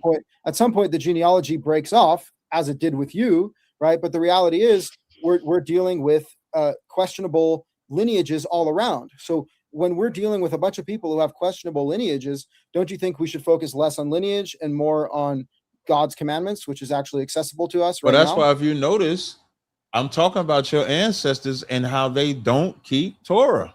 Yeah, and I reject that. I follow Leviticus 26 that says, "Admit your sins and the sins of your fathers." I think my fathers have sinned by rejecting You should. the Torah and Have you debated them and tell them to get their shit together? Absolutely, that's what my whole channel is dedicated to. Oh, that's a good thing. I like seeing white on white crime. That's beautiful.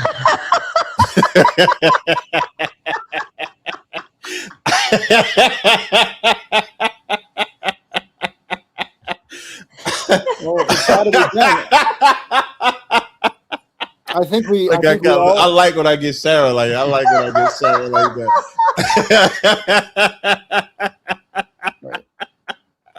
I think we should all focus on calling each other out for what we're doing wrong. And frankly, you just calling out fake lineages is not going to change anything. You yourself. I have not done that. I've not just done that. You yourself, first of all, you created a false paradigm in which the Torah places blood above all, and then you claim to have that holy, perfect blood, but then you proceeded to not. How did I create a false paradigm? Well, we argued that for the first hour. Well, how was what I said false though? Well, because as I demonstrated to you from the Torah clearly opens the door to non-native Israelites. No. Say what you said again. I created a false paradigm of what? A false paradigm that the only people that can be part of the covenant of Israel are people that are ethnic Israelites, blood descendants of Abraham, Isaac, and Jacob. That's a fact. And what you could not demonstrate is give me the nation that was a part of that covenant in Deuteronomy, the 29th chapter. You could not name that nation. It's irrelevant. It's not irrelevant because if the Bible says you have to keep the commandments, but you don't even know what nation it is to hold them accountable to keep the commandments. And nowhere through the Torah, nowhere through the Tanakh, nowhere through the New Testament do we see nations outside of Israel getting punished for not keeping God's commandments. But we can see the children of Israel losing wars because they stole something. We can see Moses couldn't even make it into the kingdom because he struck a rock the wrong way. But we cannot see nations that was a part of this covenant that you can't even name being held accountable. Because Psalms 147 says he dealt not with any other nation as for his judgments. They have not known them. In context of the law, you're incorrect. Right. It wasn't other nations. It was individuals from other nations who were joined into the nation of Israel. So is it individuals or is it nations? It was clearly individuals. Weren't entire nations part of Israel in the desert. So what individual nation? What nation were these individuals from? As I said, it's irrelevant. The point is that they're not. Yes, the point is that they're not. So an Israelite has to keep it no matter what, but a stranger is optional for the stranger. Well, those strangers were initiated into the covenant and became You assimilated. don't. No non-Israelite was. The very first verse says he's talking to the children of Israel. Right, and then it includes children, women, and strangers. No. What I mean by that is in Deuteronomy 29:1, it says, "These are the words of the covenant which the Lord commanded Moses to make with the children of Israel." So he's not making a covenant with anybody but Israel. That's what the first verse says. Right. And this says Moses called unto all Israel. Doesn't say he called unto everybody. Yet it includes the sojourners in the collective of the Israelites being entered into the covenant. Got you, but it's not. So now the truth of that verse is it's a class system. That's why it breaks down captains, elders, officers, men, little ones, wives. We can be strangers. You didn't even know that in the Torah. You say you read that we were strangers. Yeah, God called us. No, you didn't. No, you didn't. You knew that verse. No, you did not. You're lying now. I'm not lying. Because when I first read that verse, you said, "Oh, you showed me something there." That's what you said. No, I said thank you for bringing up that verse. It didn't. No. You did not know. Dude, I asked I don't know you what you're because talking. here's I've what I read said. the I entire asked you. I said, did God call the children of Israel strangers? I don't know. You gotta show me. I said, oh, let me go to it. Okay, so I will repeat. I've read the entire Torah cover to cover in its original Hebrew. You ain't memorize it though. No, I don't remember every word in the Torah. Thank you. And so I you appreciate didn't know you that. So if God calls us strangers in Leviticus, that's a class because we're not strangers. When it's calling us strangers, anytime when you see the word stranger, it could be an Israelite or non-Israelite based on the context. So when it's saying stranger, when you're outside of Israel or when you're broken apart from the covenant with God, that's how you're a stranger. So it's a class system. It's not talking about a non-Israelite because it says he don't make this covenant with them here. It also makes it with them in the future. Right. So non-Israelites in the future. Where does he govern non-Israelites? Because we can read where he governs us. Where does he govern non-Israelites in the future to keep his law, statutes, and commandments? They are not obligated in the same way Israelites are, but they didn't make a covenant. Thank you. But they have the option to join the covenant. Thank you. Do we have an option? Do we have an option? No, we're born. Why don't we have an option? Because that's God's will. No, because God made the covenant with us. If I sign a contract with Sarah and it's optional to you, if Sarah says you got to show up every live stream Wednesday, Thursday, and Friday, but you, Israel, if you want to show up, it's cool. You ain't got to show up on time. You didn't make that contract with Sarah. I did. So whether you choose to show up or not is irrelevant. If I don't show up, Sarah can say, you're in breach of contract. This is what I can do to you because you're in breach of contract. If you choose not to show up, you're not held to anything because you didn't sign nothing. So you cannot say that they made a covenant that is the same that they can when they did not go into any verbal or written contract with God.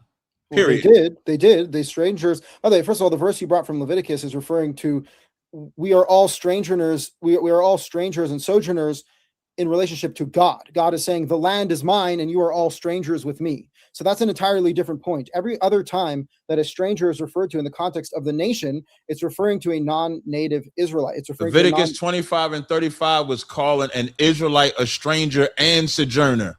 Yes, in relationship to God, because no. Read it again. No.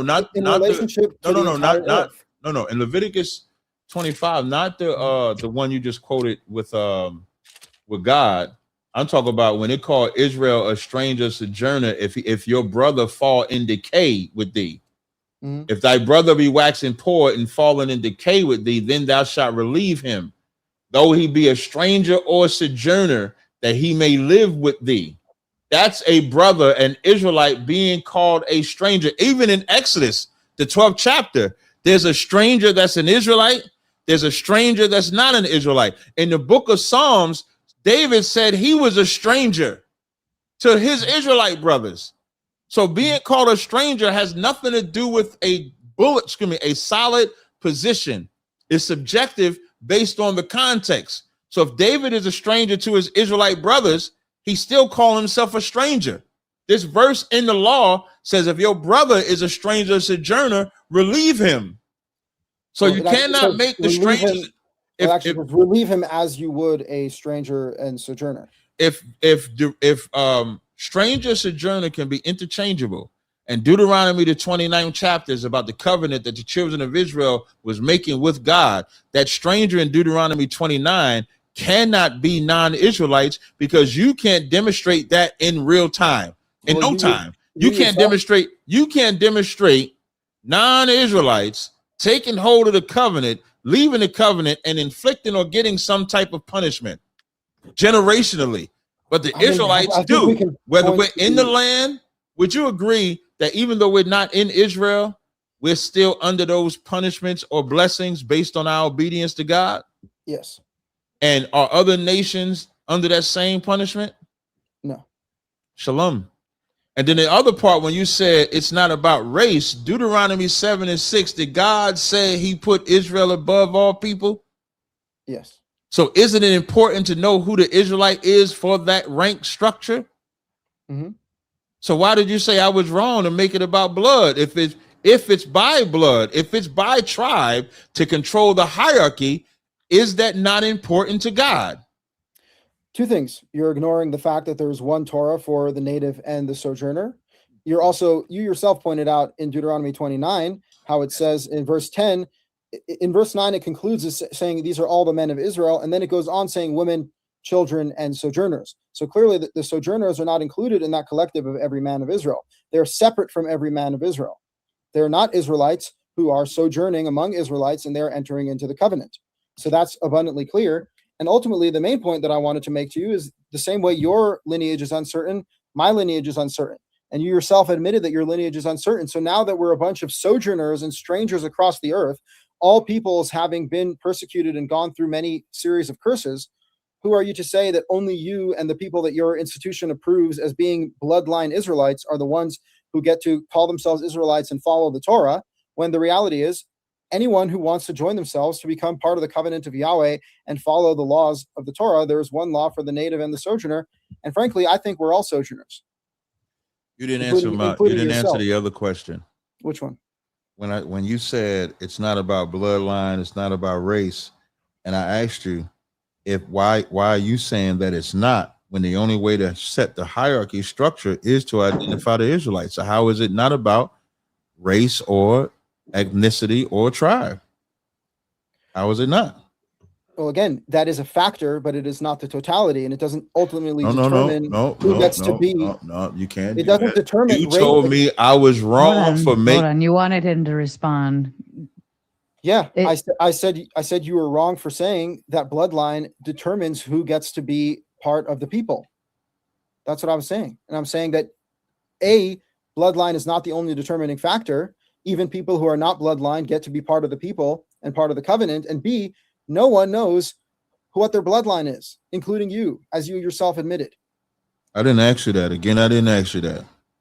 Listening is an art, completely an art. You said that I was wrong for making it about bloodline.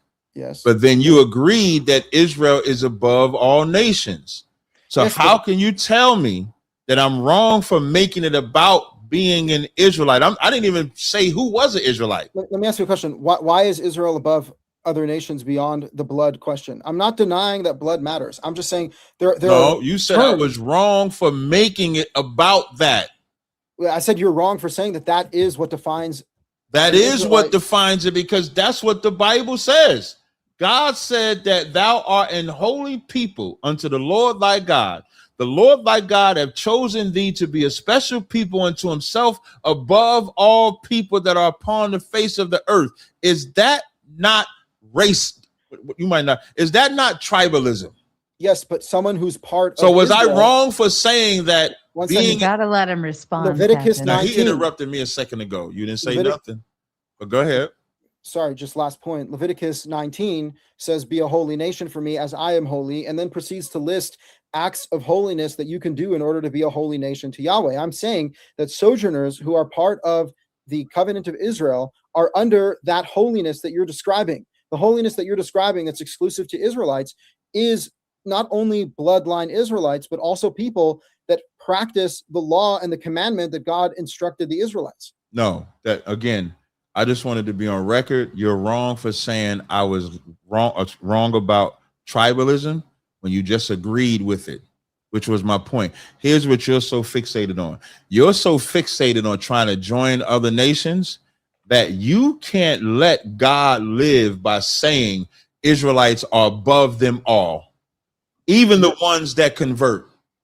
In the land, if we're in the land and non-Israelites come into the land, they're still not better than the Israelites. The Israelites are still above them, because that's what God said right here. Correct or incorrect? To some very small degrees, because the God says there's one Torah, one law for the native and the sojourner. It's more of a practical matter. Sojourners who are new to the people, new to the land, have less ancestral heritage. They don't have land. They don't have a support system. And in fact, the Torah instructs us to be additionally kind to them and support them. So that's actually the status that a sojourner occupies is someone who is not fully initiated into the people. Yet, one important thing here is you're ruling out marrying sojourners. If you are dealing with sojourners and you're marrying them, eventually your pure, precious bloodline is going to die out. So you're saying I'm trying to fight God here, but I'm saying God actually opens the door for other people to join our nation and doesn't prohibit us from marrying them, in which case the bloodline will actually die out according to that. So you're saying that God doesn't know what he's doing? Yeah, we call this spinning where I'm from. I don't know if you know what that means. I'll explain it to you in simpler terms. God ordained. Hold on, Israel. He was finishing his thing. Thank you. Now, for the record, I don't mind being interrupted, just for the record. But when it's a stickler, then I point it out. You're doing what we call spinning. Spinning is when someone hears the question, but they can't answer the question, so they go away from the question. Above is just what that means. Above. Right now, we're above Sarah. Sarah is below us because the two of us are on the top. She's on the bottom. We're not down there with her. We have to look down. Like if we was in looking at her, I have to look down like that to see her because we are above. God said he put Israel above all people that are upon the face of the earth. Even in Deuteronomy 28:1, when you read Deuteronomy 28:1, it says, it shall come to pass if thou shalt hearken diligently unto the voice of the Lord thy God to do and observe all his commandments, which I command thee this day, that the Lord thy God will set thee on high. So it's not this little small margin that you're trying to make. The argument that you're trying to spin to is saying, well, we're going to intermix and have sex with all these non-Israelites, so it's going to get watered down anyway. That's what's called spinning. Because this said if we kept the commandments, we would be above on high upon all nations. Exactly. You proved my point. Picking the commandments and choosing to follow God is what makes you on high and above. Not having your pure little bloodline. It's about following God's commandments. Little. Damn. This how I know you ain't an Israelite.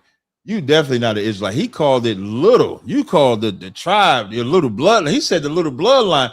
The Lord said he ain't set his love upon you nor choose you because you were more in number, because you were the fewest people, but because the Lord loved you and kept his oath.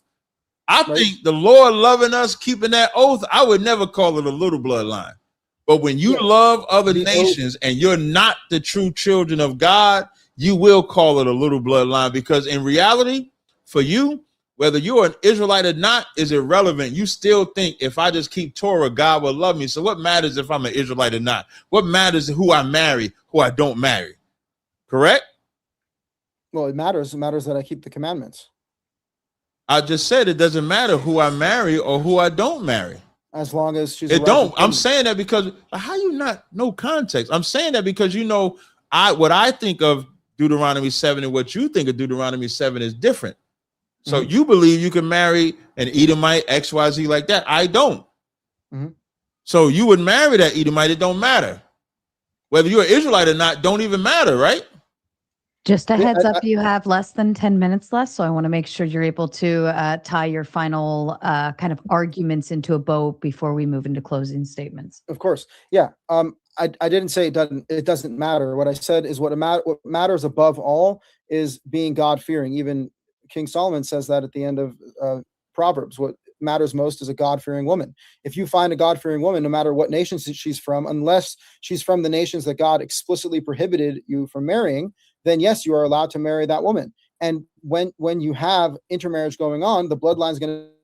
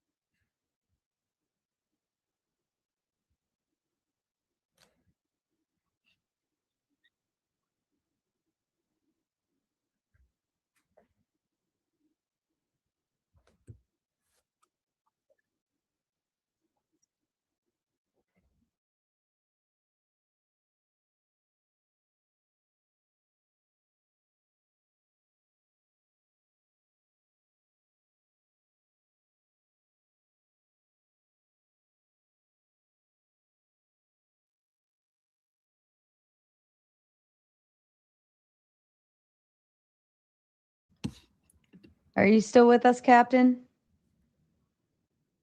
Okay. Yeah, we Yeah. got you now. You're back in. Oh. Last thing you said was I quoted Proverbs.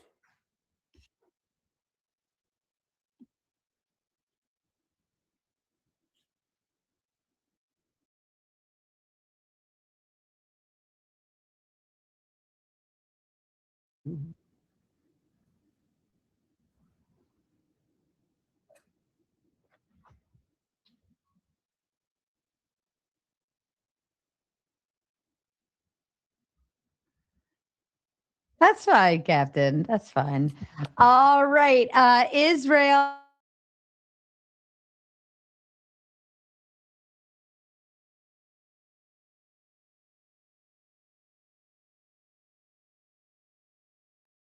It says, I hold the Bible to the Torah. That is intrinsic as a standard in the Torah and the Bible itself, saying this is the foundational literature. These are the commandments you must follow. Do not add or subtract.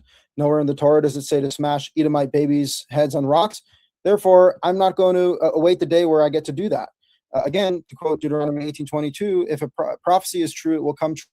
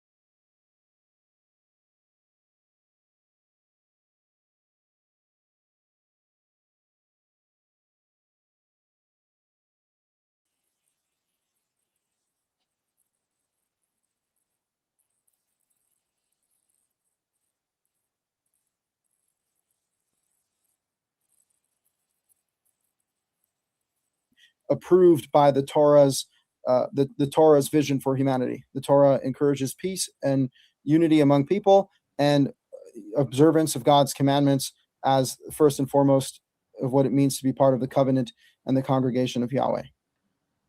Beautiful. Thank you. And kind reminder to the audience. Number one, if you haven't gone to go check out both of these gentlemen, like, subscribe, and all of that fun stuff, at the very least, go send them a few bucks. They've worked very hard for your entertainment this evening. Number two, if you'd like to join the open panel Q&A, they are starting to pile in backstage.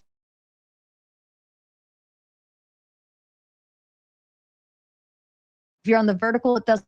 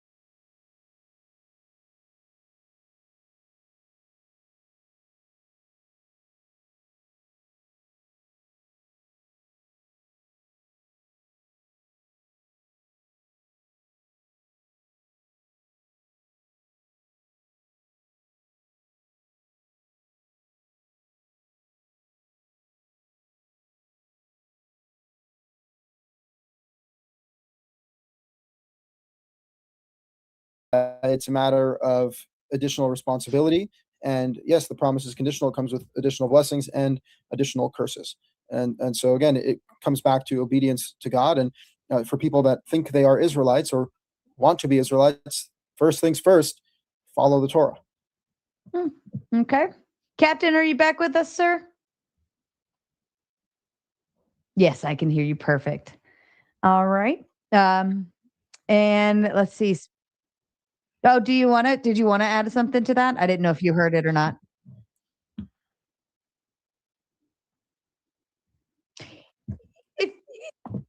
Okay. Yeah. I mean, it's either way. If you have something to add, that's great. If not, no worries. We'll move on to the next one. But yeah. Sure. Go ahead.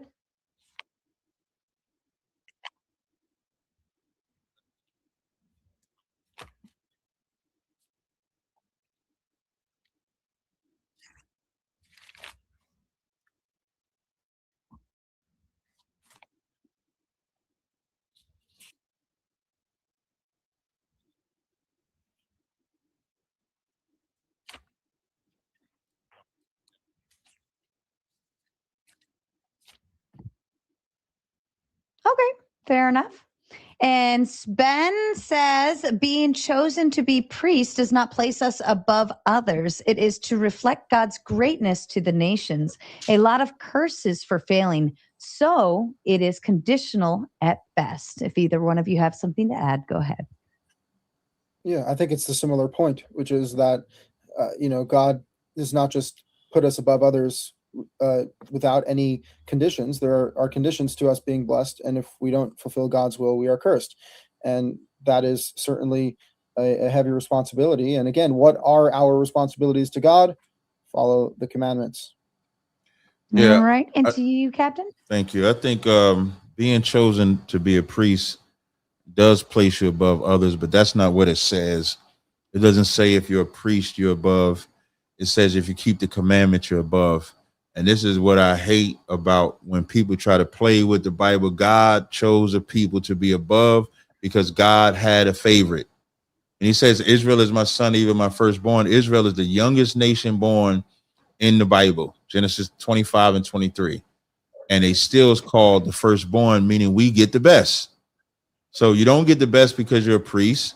Deuteronomy 7 doesn't say you're above all people because I'm making you priests. It says you're above all people because of Abraham. Abraham, Isaac, and Jacob makes us above all nations. Get over it. Alan. Okay. Cadmus says it wasn't about race. Abraham was Iraqi. And he also follows up to say it's wild work to use K. James as He's saying King James. The K is for King James. Oh, thank you. My brain stopped. It's wild work to use King James as an Israelite. I have a book here. Actually, wasn't planning on using this book, but I don't want to turn my camera on. Wait, wait. Let me see. All right. So on here, right here, you'll see this book I have called The Negro Question, Volume 1. You'll see the real image of King James. A lot of people think King James is a so-called white man. He is not. This goes back to when I was telling you earlier that Israelites went into Europe as well because Israelites ruled Europe. Even King James' seat was patterned after King David's seat. So King James didn't write the Bible. That's another misnomer. King James just authorized the top Hebrew and Greek scholars to translate the records into English. That's all he did. All right. BZ says with the Big Ten, I had a revelation. Ooh, if you take the O out of God, Son, Son of God, God, beloved Son, and replace it with a U, then the picture changes and you see God, firstborn, God, Son, Son of God, God, beloved Son. My boy must be pretty high. Is he implying that?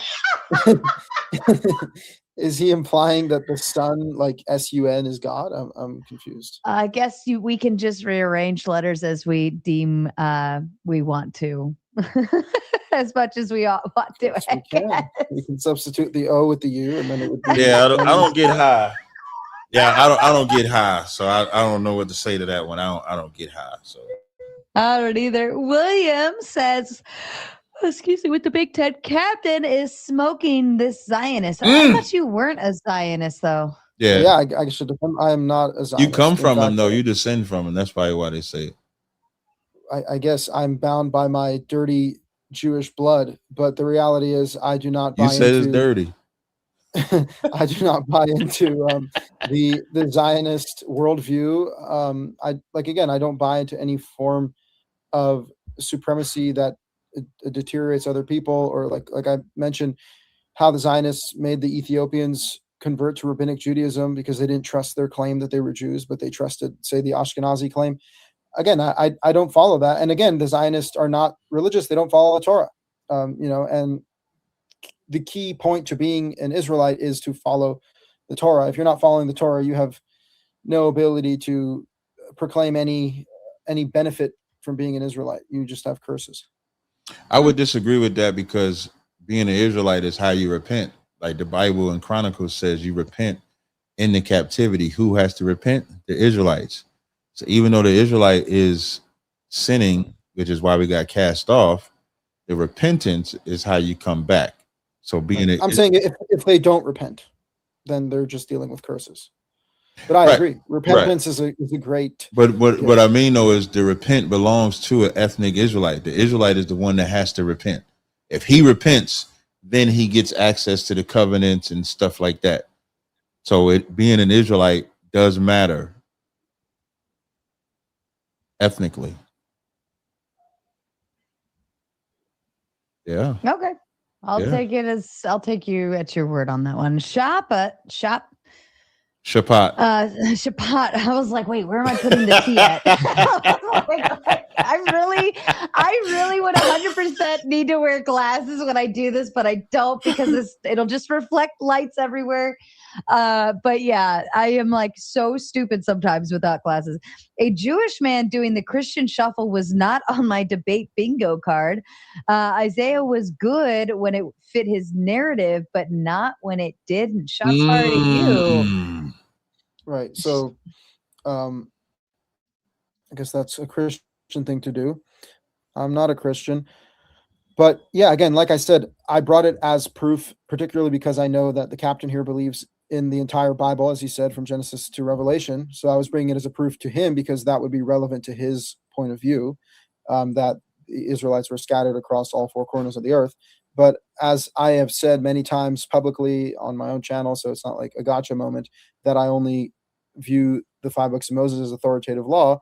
And so if you were going to have to bring me an authoritative source, ultimately it would be the Torah. And like I said, Deuteronomy 30 explicitly talks about God gathering in the dispersed Israelites from across the earth. Yeah, I'm used to the Christian. Yeah, I'm used to the Christians, and even him. He's not a Christian, but even as a so-called Jew, I'm used to them all doing shuffles. Sounds good. Tom Carpenter says, push that goal. Push it real good. Yes, hit that goal, ladies and gentlemen, especially if you would like your gauntlet. And then, of course, if you know this platform, you know dad jokes are my most favorite here. And so Tom Carpenter understands the assignment. He says, a priest and a rabbi walk into a bar. The bartender looks up and sighs. What is this? Some kind of joke? And then he follows up with oh my God, my cursor keeps going stupid. Then he follows up with another one, says a priest and a rabbi decided to open a business together. It's incredibly successful. They really know how to turn a profit. Tom says Moses was see, right? It makes you tickle a little. Moses was the most prolific lawbreaker in the Bible. He managed to break all 10 commandments at the exact same time. What did Adam say to Eve on the night before December 25th? It's Christmas, Eve. Why was Adam and Eve's marriage so peaceful? There was no mother-in-law. Ooh, shots fired to all of you MILs. All right. Persuade to Pauline, exegesis. Thank you. The ontological authenticity of covenantal identity. Yeah. Pursuant to Pauline exegesis, the ontological authenticity of covenantal identity is localized within the endogenous parameters of spiritual interiority, decoupled from exogenous semantological manifestations of superficials. God damn. That's called spinning, if I've ever seen spinning. I don't think he said anything, to be honest, but maybe something's in there. I just think he threw a whole bunch of words in there. Something about Pauline exegesis, covenantal identity. Okay, well, I think he's referencing the fact that Paul viewed the covenant outside of superficial bloodlines. Maybe that's what he's trying to argue for. If I understand what he's saying. I don't see. Tom likes to do this to me, and he likes to put all of these big words in one big paragraph, and then I get completely lost in it, and then I'm reliant upon you to layman's terms it to me. So when it says pursuant to Pauline exegesis, the ontological authenticity of covenantal identity is localized within the, I'm gonna say, parameters of spiritual interiority. What I believe he might be saying is that Paul is making it spiritual Israelite. I think that's what he might be saying. Endogenous means it originates or grows from. So it's saying it's produced from spiritual interiority, like what's going on inside of you, not superficial. But that's a lie, because Paul said, who are Israelites who pertain the adoption, the glory, the services of God and the promises. So Paul is all about ethnicity. He said, if God cast away his people, God forbid, for I also am an Israelite of the tribe of Benjamin. So I would disagree with Carpenter Tom. Right. Yet he did make an effort to reach out to the Gentiles. No, he did not. Spread the word. He said, if you're not the children of the promise, you are not the children of God. That's what he said. Did he not say he was sent to the Gentiles and spent Gentile just mean Gentile in the Greek is Gentile in the Greek is just ethnos, which means nation, and that's what Israel is an ethnos or a nation. That's why I'll repeat, Paul said, they which are the children of the flesh, these are not the children of God, but the children of the promise are counted for the seed. And the only children of the promise, in Paul's own words, are Israelites. So you're saying Paul was out there looking for the dispersed Israelites? Is that how you see it? Yeah. Paul is the one, when I read earlier, when he said, where it was said, ye are not the children of God, there you shall be called the children of God, quoting Hosea. So Paul did not go to non-Israelites. He said, Romans 11:26, he says, and so all Israel shall be saved, as it is written, and proceeds to quote your favorite book, Isaiah. Oh, it's no longer your favorite book. I forgot. You're gonna throw that one every time. It wasn't really what he said, though. Okay, it was like in the wheelhouse, but it wasn't exactly what he said. He did throw it out, but he threw it out in such a way where he could. He threw it out in such a way where he could twist it back the other way. Right. All right. Last one says, tell Israel to read Deuteronomy 37 and Deuteronomy 28:48. All right. And I'll leave that to you. Gentlemen, are you ready to meet your panel? I've got a bunch of amazing people hanging out backstage. I'm just going to restart this route. Apparently, my FiOS went out. I'm going to see if restarting my router fixes it. But I'm still here, though. All right. Here comes your panel, then. All right. Bring him up.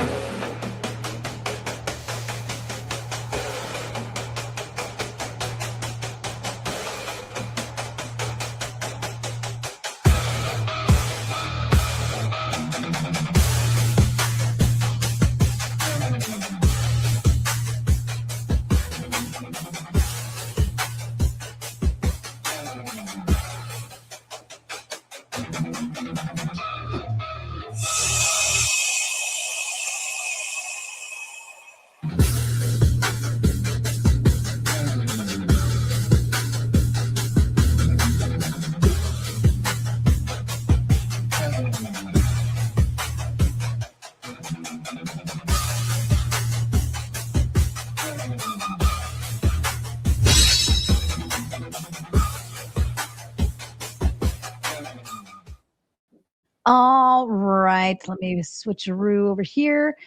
Okay, welcome back, Evan. I've missed your darling little face, and I do have one more backstage that maybe they'll make their way up here, if maybe not. Julia, welcome. Adam Scott, welcome. Looks like some new faces. Caledonian, welcome back. And of course, Mr. Shaman Omar, who connected me to both Israel and Captain, and it's great to see them both here. Now, what I will do is I will ask everyone else on the screen to mute themselves, and number one, whoever's typing, stop.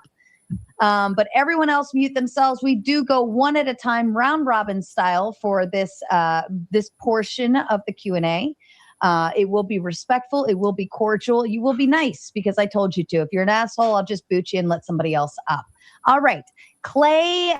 What better person to start us off than Clay, and show everyone how it's done? Go ahead, sir. Awesome. Thank you so much, everybody. Thank you, Tomato, for having this wonderful debate. Thank you, Israel. Thank you, Captain. I look forward to your answers.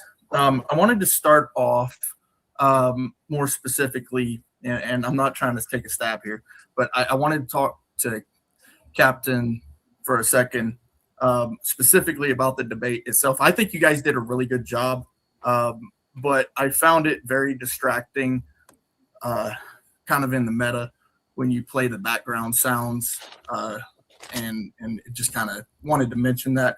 But more specifically, I'm going to get right to the question. John 10:16. I know you tend to quote the Greek scriptures a lot and the letters and things like that. I feel like if you're claiming to be Israel, of the nation of Israel, a Jew, it doesn't do you justice. But I was kind of curious if you understood specifically what Jesus was saying when he said that he had sheep that were not of that fold. Yeah, I understand perfectly. So in John 10:16, which I'll read, and I think I only read, listening is an art, I only read like one Greek scripture. That was Romans, the 9th chapter. Other than that, I stayed in the Old Testament. But John 10:16 says, "And other sheep I have which are not of this fold, them also must I bring, and they shall hear my voice, and there shall be one fold and one shepherd." So it's if I'm to understand what you believe, that is, the other fold or other sheep will be other people outside of Israel, correct? That would be my understanding, especially on the final chapters in Matthew when he told his disciples to go preaching and teaching to all of the nations. This is Jeremiah 23:1.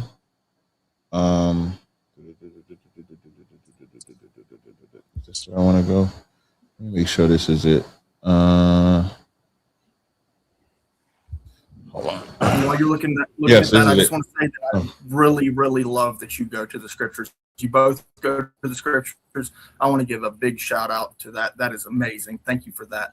All right. Really. This is Jeremiah 23:1. I'm going to read 1 to verses 1 through 3. Woe be unto the pastors that destroy and scatter the sheep of my pasture, saith the Lord. Therefore, thus saith the Lord God of Israel against the pastors that feed my people, ye have scattered my flock and driven them away, and have not visited them. Behold, I will visit upon you the evil of your doing, saith the Lord. And I will gather the remnant of my flock out of all the countries whither I have driven them, and will bring them again unto their folds, Folds, and they shall be fruitful and increase. So in John the 10th chapter, when Christ says, other sheep I have which are not of this fold, the 12 tribes were not all in Jerusalem as all 12 tribes. You had some, but they were not all there. So when he says other sheep I have which are not of this fold, he's referencing the Israelites that are scattered, because Christ said, I'm not sent but unto the lost sheep of the house of Israel. So Jeremiah talked about those folds coming back, and so did Christ talk about those folds coming back. Excellent. Perfect. So then what specifically does he mean when he tells his disciples to go preaching and teaching to all of the nations? In Matthew's 10th chapter, before we do Matthew's 28, I believe that's what you're referencing, right? Matthew's 28. Sure. Gotcha. Yes, sir. So Matthew's 28 and Matthew's 10 are saying the same thing. So in Matthew 10th chapter, Christ says, "Go not into the way of the Gentiles, and any city of Samaria enter ye not." When he says go not into the way, he's talking about their lifestyle, because he's about to send them there. It says, "But go rather to the lost sheep of the house of Israel." The lost sheep is scattered everywhere. That's his order.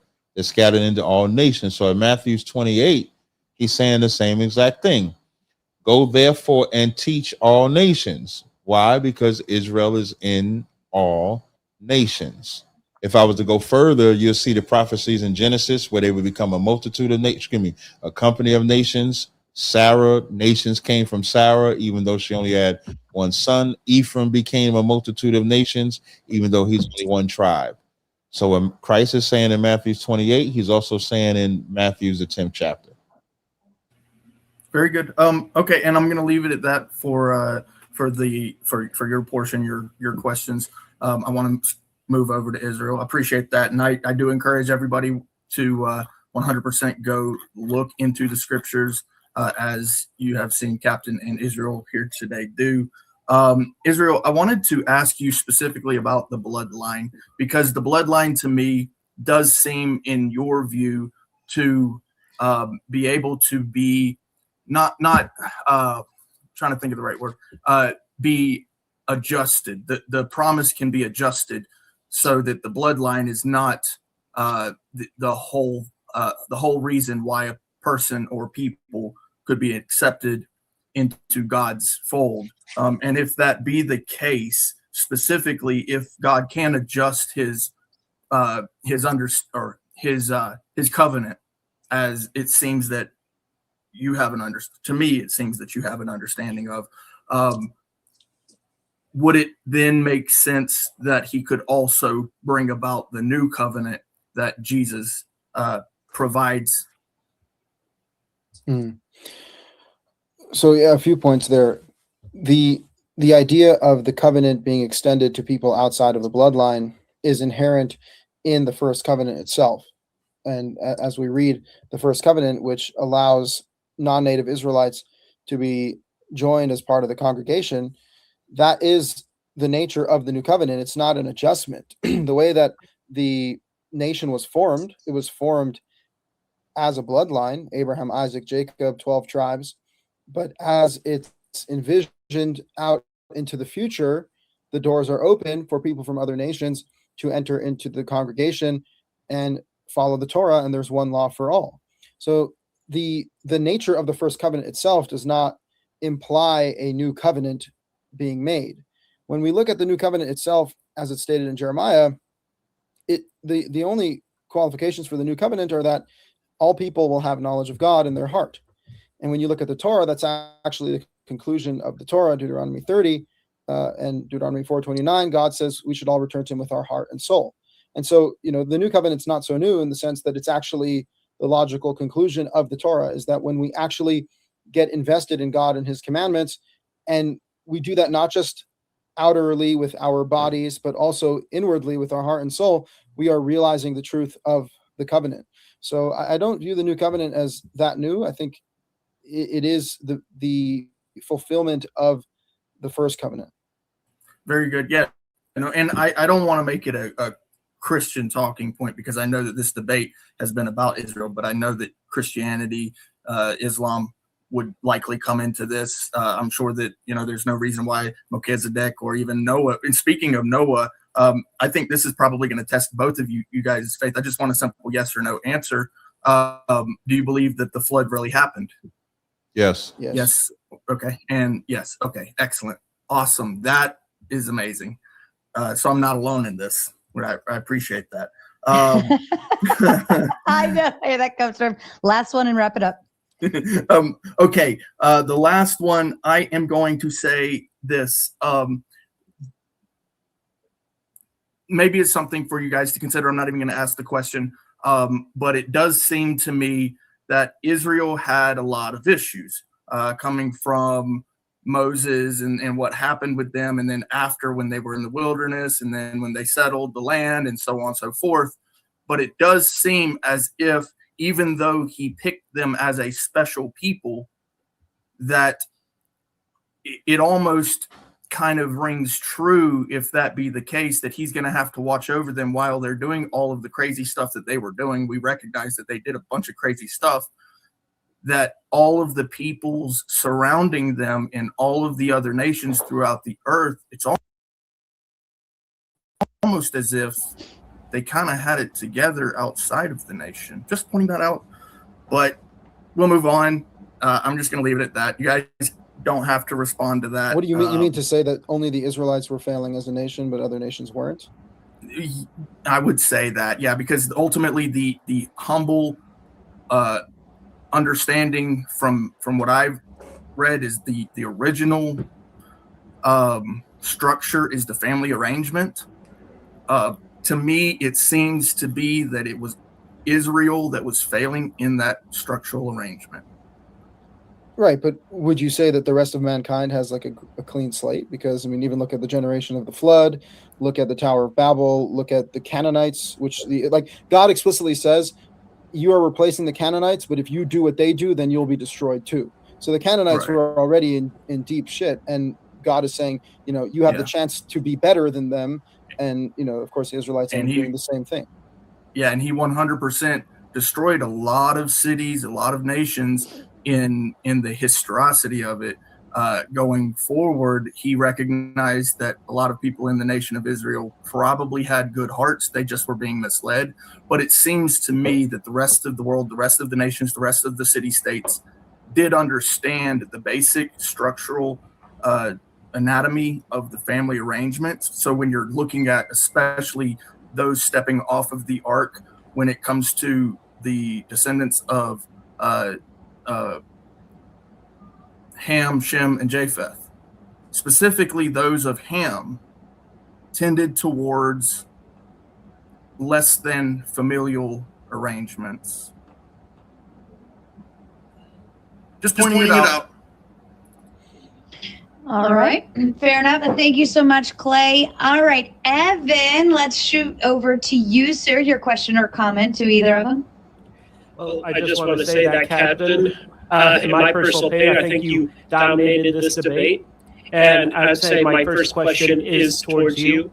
Would you say that, looking at like the modern state of Israel and their own internal civil rights movement, where there was the Israeli Black Panthers Party, and how that was an attempt to go and break the almost sort of rigid governmental order where all the elected officials were of Ashkenazi descent.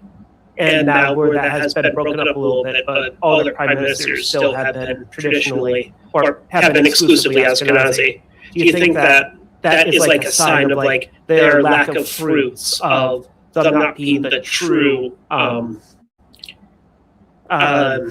tribes of Israel? Yeah, because they weren't prophesied to come back that way. Even having like America fund them.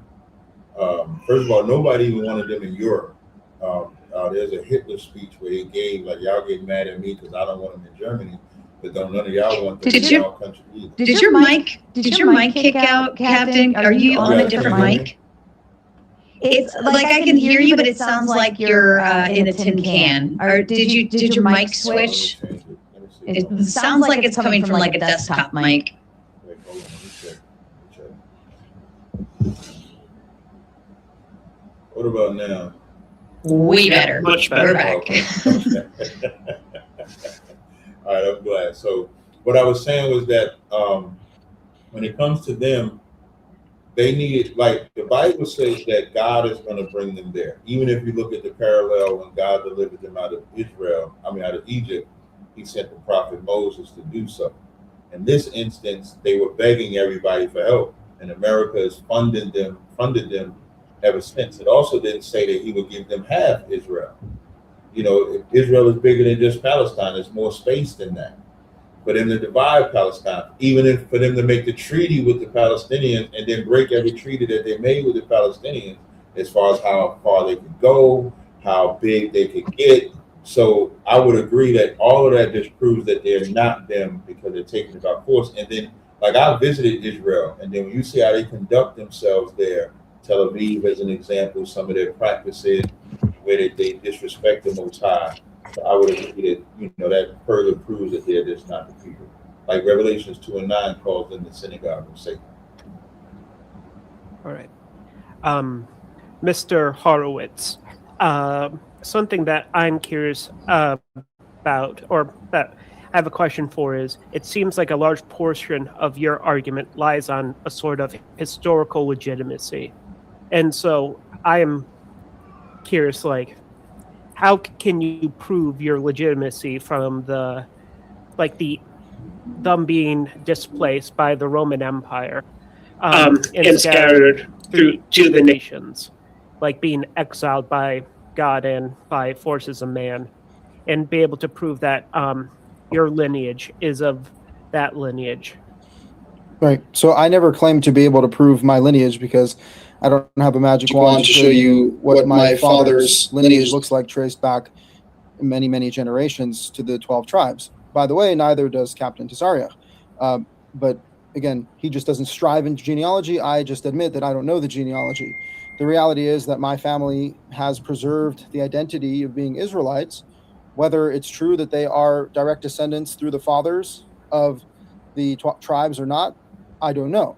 What I do know is that it says in the Bible, that in the Torah, that God will disperse Israel all across the world, and that if we return to God heart and soul and follow his commandments, then we will be redeemed. Now, the fact that I was born into a family that claimed to be Israelite, I don't think it's coincidental. I was brought up with these scriptures and taught these things, and later on in life, I actually branched away from the Talmudic Judaism that I was raised with in order to be purely scriptural, Torah-based. And so I follow what the commandments are written in the 5 books of Moses without adding or subtracting, which is what God tells us to do, says Deuteronomy 30:10. If you want to return to God, follow all of the commandments that are written in this book of the law. So that's what I try to do to the best of my ability. All right. A secondary question is, the Hebrew Israelite position is that they can go and track all the 12 tribes. But according to like the Talmudic understanding or the Western understanding of Judaism, there have been certain tribes that have only been lost. I think only the tribe of Levi and one other has been, like, they claim Judah. that they are down. Judah. Oh, all right. Yeah, well, that's why they're called Jews, because they all descend from Judah, and then some Levites. Yeah. So in that sense, like, I personally find it more personally convincing that if you are of like an Israelite, you know where the other Israelites are, as opposed to just knowing where 2 tribes are and the rest being lost. I guess, like, how would you respond to, like, it's not really an argument, but it's just like, No, I understand your point. I think it's entirely plausible that other groups of human beings preserved their identity as Israelites outside of the Jews. I don't think the Jews make up the entirety of Israel. I mean, by the Jews' own admission, the majority of Israel was exiled and dispersed, including the Jews many times over. So it really just comes down to who is preserving this identity. We don't have like clear evidence to like put it in front of your face. All we have is oral traditions and claims to be made. And ultimately, we don't know anything for sure. What we do know for sure is that we exist right now and that we need to improve ourselves and return to God. All right. Thank you. One last question for Captain Tazaryach. I only say this with Hollywood pushing the latest Odyssey movie. Does your peoples have traditions about the travels of like their exodus? Like, I'm just thinking about going from like the region of Palestine and moving like to West Africa.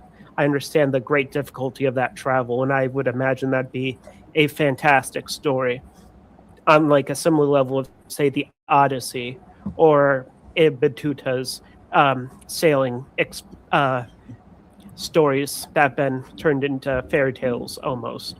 Are you referring to so when Jerusalem falls in 70 AD, what was our track? Is that what you're asking? Yeah.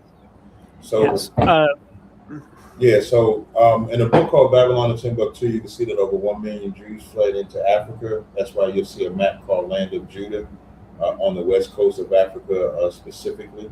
You can find that. The book that I was referencing here, this is just one book of many, where it's called The Negro Question, Part 4. This goes into the history of what they call the Dark Ages of Black people actually ruling Europe, and they knew that they was Israelites, or they would call themselves Jacobites. So that's how we can trace it historically, the children. On that topic, I know the kings of Scotland claim to both be the descendants of David and also claiming that they are the descendants of Egyptians. Do you believe that those are truthful claims? Because I will personally say it was my understanding that they were like different varieties of Picts and Norsemen that just stole and like a cultural claim as a form of legitimacy. So what I would say to that is you would just have to look at it. So we go by the artwork and the bloodline, them calling one of King James is, I think he was born before King James, when they called him Negro Boy. So when we trace that, that's how we line it up. Like the Douglases and stuff like that, those would all be what today that they would call black men. So that's how we trace it. Thank you, Captain. I'm done with questions. Thank you both for answering them. Thank you, Evan. I appreciate you so much. No, we have amazing panelists, and I'm really excited. We got some new people up here, but yeah, I'm so proud of the people that especially my regulars. They're awesome. Shaman, are you with us, sir? You are muted. If you want to unmute and then ask your question or comment. How's it going? How are you? Good debate. What's up, Cap? What's going on? Nothing much.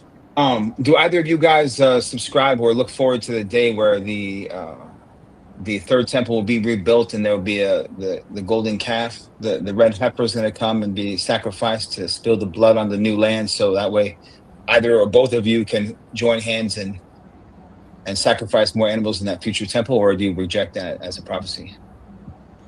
Can you read the golden calf? The golden calf. Come on, you know. You mean the red heifer? The red heifer. Oh, the golden calf. I'm sorry, that's a different. Two totally. The red heifer. Are any of you? I feel like Julia is looking forward to, but are any of you looking forward to this red heifer prophecy to come true? There's no. Does that come from the red heifer? Yeah, there's no red heifer prophecy. It's not a prophecy. It's a reality. There are red heifers, and it's used for a purification ritual in Numbers 19. Was there a verse that references that? Absolutely not. That's the point. That's what I was looking for. I was looking for the scripture. Yeah. So neither of you are looking forward to something far worse than that. So. What's that? Yeah. What is that? Death and destruction of this place. Like when no matter what you believe, whether you believe in Christ or you believe in God, the prophecy of his return is to set this place in order because it's out of order. It's totally in disarray with the way we live, our morality, and when God returns, he's going to put everyone in their place. The Bible says, woe unto them that desire the day of the Lord. It is not darkness. It's not light. It's darkness, because he's not coming to bring peaches and cookies and cream. He's coming to put everything in order and set everyone in their place. And I look forward to that day. Yeah, amen. I wouldn't want to be there, specifically lands like Tel Aviv, when that judgment comes through. Obviously not. What about New York? What about Arkansas? What about in Islam, in one of them Muslim places where they can be like Muhammad and be a pedophile? I think that's all over the Hebrew Bible as well. No, it's not. How come you and I always go Islamic immediately? Like I was naming different ones. No, I did New York and Arkansas first. I didn't go straight. I was trying to make it earthwide. You know, these people eating them dogs and cats. Yeah, but I think from an Old Testament standpoint, right? The land will be judged, right? First, before any great calamity. So the judgment decision of the Valley of Jehoshaphat, which is what you see exactly. now. That's why Trump and them, they always say they leaving Iran, we got peace, and what happened 2 days later? Ain't no peace. There's never gonna be peace there. No, I would say that it's definitely not the people of the Bible that are holding the land, because they're not even No, I'm holding not the talking about covenant. from that, Shaman. I'm talking about when you say he's going to deal in the land first, he's bringing all them there. There's never going to be peace in that region, is what I'm saying. Doesn't matter who's there. There never has been. Right. If you look historically, the only time that even the land of Israel that we call modern day Israel was only 70 years. You have King Saul that was elected. He had a mission. He started waging war to turn the lands, right? And then he resigned by force. And then there was King David, and then King David ruled over of Judea and Samaria for 30 years, and then you had King Solomon who ruled for 40 years, and the only time in actual peace, that's 70 years, and his son dropped the ball in a week. So that land was only in so-called peace for a maximum of up to 70 years, 2,500 years ago. And it's never been peace since. No, what? That's the history, no? I said diabolical, like I'm talking about like all the wars. Yeah, why? Yeah, why is it though? So the question would be, is it because that's part of God's plan, or is it because God's plan, as you would see it, is out of order? Because I would say that it's out of order or by design, and the question is by whose design, right? I mean, because the word Satan or Satan is adversary. Like to put it off on God is a cop-out for our disobedience. If the children of Israel disobeyed God, we wouldn't have that problem. So we all that's what it says over. Yeah. Yeah, and so we're so terrible, obedient, so-called obedient people to God. We look for a reason to blame Him instead of just blaming ourselves. That's all. That's all us. Well, no, I mean Deuteronomy 28, verse 1 and 2, right? It says over and over, it's a conditional covenant. I agree completely. Like, I'm not saying necessarily that I personally think that if the people of the book would just all of a sudden get everything in order, that the whole world would be. But according to the Bible, that's what it's supposed to be, right? But it says over and over, Deuteronomy chapter 28, twice, it says it's conditional upon their actions or lack of actions, right? So, but I wanted to ask a question. I was just asking about the red heifer to see if you would both. I knew I was going to bring you guys as a team. Either you guys both rejected, which I knew you would. So now you guys are the same type. You guys are on a Jewish alliance. We're making fucking alliances here, man. I don't know what the fuck you're doing, Cap. You're trying to turn everything fucking racial. I'm over here making peace, and we got Vikings here. I will just say that the red heifer by Torah law is a legit, like a red heifer just means a red cow. There's like thousands of red cows on earth. The rabbis are like, it can't have one little white hair, otherwise it's not kosher. That's complete nonsense. It's a purification ritual in Numbers 19 that you take a young female cow and burn it and use its ashes as a purification ritual. That's all it is. Now, the Torah does include animal sacrifices, as a heifer is a female cow, a baby female cow. The Torah has just 1 second. The Torah has animal sacrifices as part of the rituals, and I believe that the animal sacrifices are real. And to the extent that they will be restored, that's up to God to call the place that He chooses and reclaim that practice. But the whole sacrificial system is contingent on having a place that God chooses with a priesthood that God ordained. And if we don't have that, then there is no relevancy to the sacrificial system, or it cannot be fulfilled. Yeah, real quick, I wanted to ask, so let me ask you guys both a question, right? Yeah, when we're talking about covenant and bloodline, we're talking about patriarchal lineage, right? So there was Noah, and then there's Abraham, right? And Abraham was blessed from Abram to Abraham, Genesis 12:3. But even before Abraham and his 2 sons, and then later 6 others, Cap? How would you square the circle of God's covenant to Noah? Because in Genesis chapter 9, verse 1, specifically talks about that He will bless him and his sons, and they will go upon and be fruitful and multiply and fill the earth. And so if those were the only, biblically speaking, if those were the only people on earth post-flood, and they filled the earth, and that would mean that all people, right? Even though it doesn't logically make sense to me because there's different colors of people and Chinese people and so on. But how would those Lot's children? That's Chinese people. Chinese and Japanese. That's Lot's kids. That's why they look like Mongoloids. But with the blessing that He gave the blessing that He gave Noah and his family, that was fulfilled. They did replenish the earth. That's why I tell you, we all come from Adam. Like if you follow the biblical narrative, we all come from Adam. And it says, and whom the one the Lord chose. So the covenant they made with Noah was for all. I would say that would cover all. The covenant that he made with Abraham was specific to the seed of promise. So that's why I would make the distinction between the two. It's almost if now I know y'all probably can't handle this part, but what God did with Abraham is what he did with Adam. There was other people on the planet. He chose Adam to be the one that he gave his spirit to. So after the flood, all the people are there. He chose Abraham to be the one that made a covenant with. Yeah, but in Genesis 12:3, where Abram specifically says he'll bless those who bless, I will bless those who bless you and curse those who curse you. Right. Therefore, your name would be Abraham, father of nations. Yeah, but he had Ishmael and Isaac. Yeah, more than that. So a blessing in the covenant. He had six others. Agree. Right, but he blessed. Sorry? He gave Ishmael his blessing. Now. Of course, but isn't the blessing? Go ahead. No, you go ahead. No, I was going to say, like, if I bless my son, and then my oldest son, and then I have a second son, I bless him. And I have another son, I bless him. But I say, who will carry my name and be in essence like the first son, meaning the chosen one to carry it on, will be my second son, right? Right. All of them still have my blessing equally. Each one is a separate covenant. Right. That's why when he talks about Isaac, remember Abraham says, "Oh, that Ishmael might live," and he gave him 12 princes.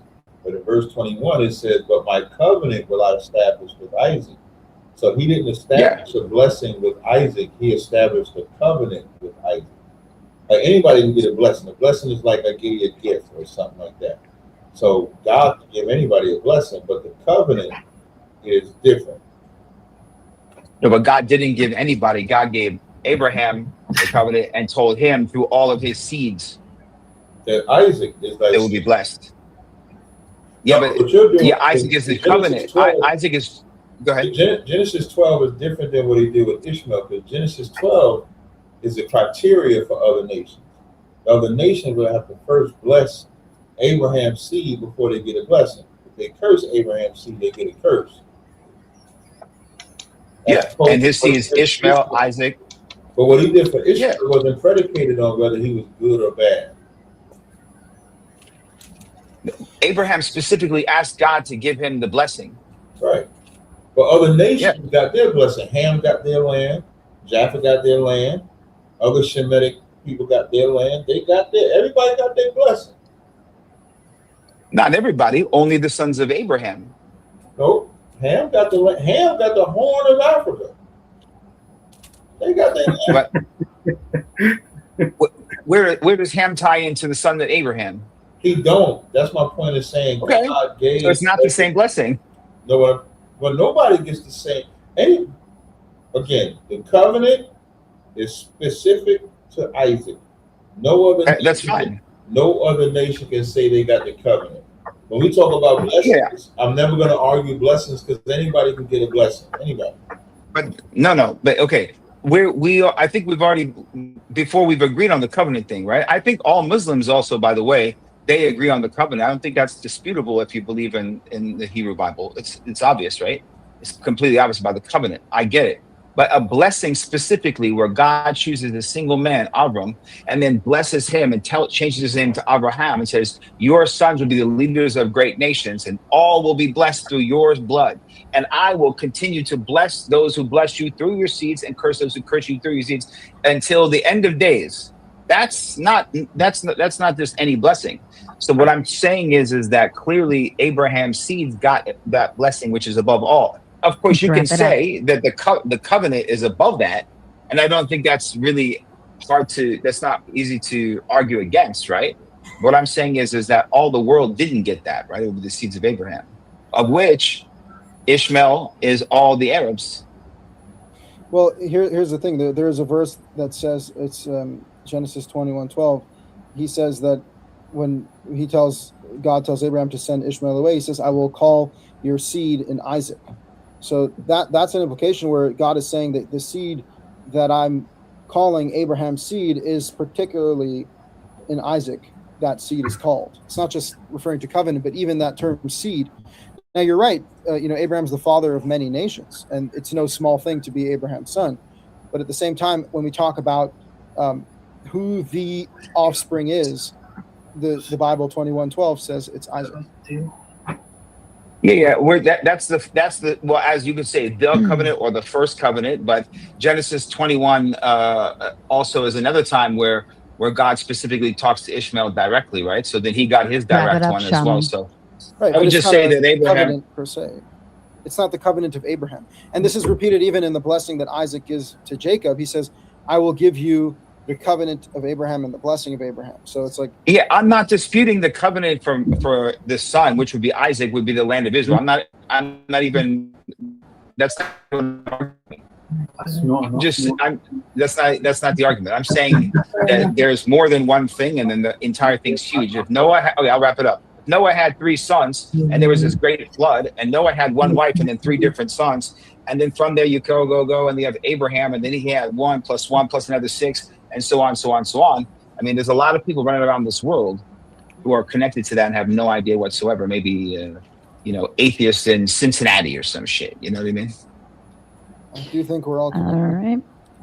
All right, let's go. Thank you, Shaman. Let's go ahead and move on to Julia. Julia, your question or comment to either of the gentlemen. Hi. I have a question regarding Jews that are unidentified as Jews in the diaspora.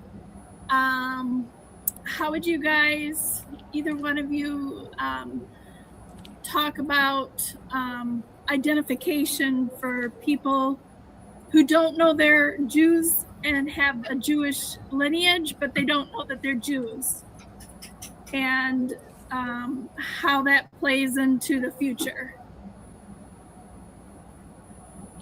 I'll let the captain go. I mean, I assume you'll say go visit a Black Hebrew Israelite center to find out, right? We don't like. I don't want to answer for you. You didn't want to answer on your own side? No, I wanted you to rejected your Jewishness for some other Jewishness. Well, I didn't reject it. I just said yes, I don't you think did. You Ashkenazi. You rejected your father's side. Yeah, I put God before my fathers, and ultimately, what God says is true. And so I think lineages. Answer the question that was for both of us. Okay. Yes, I will answer first. Then I think lineages are uncertain, and I think it's possible that you have some aspects of Israelite lineage, but I would say first and foremost, keep the commandments. Yeah, part of the covenant. I'll actually answer your question. That's why we actually go out and teach, because the one people that were told they were not the children of Israel is my people. My people consist of blacks, Latinos, Native Indians, and also the Israelites in Africa, Europe, etc. So what we do is we go out and teach on the streets, in class, wherever it may be, to wake people up to their identity, because there could be people that are Israelites and they just don't know it, like you said. So the more we're able to teach and educate people, the more we're able to open up their minds. Christ said, "My sheep hear my voice," but they got to go hear it. That's why they were sent to the lost sheep of the house of Israel, and so that's what we do.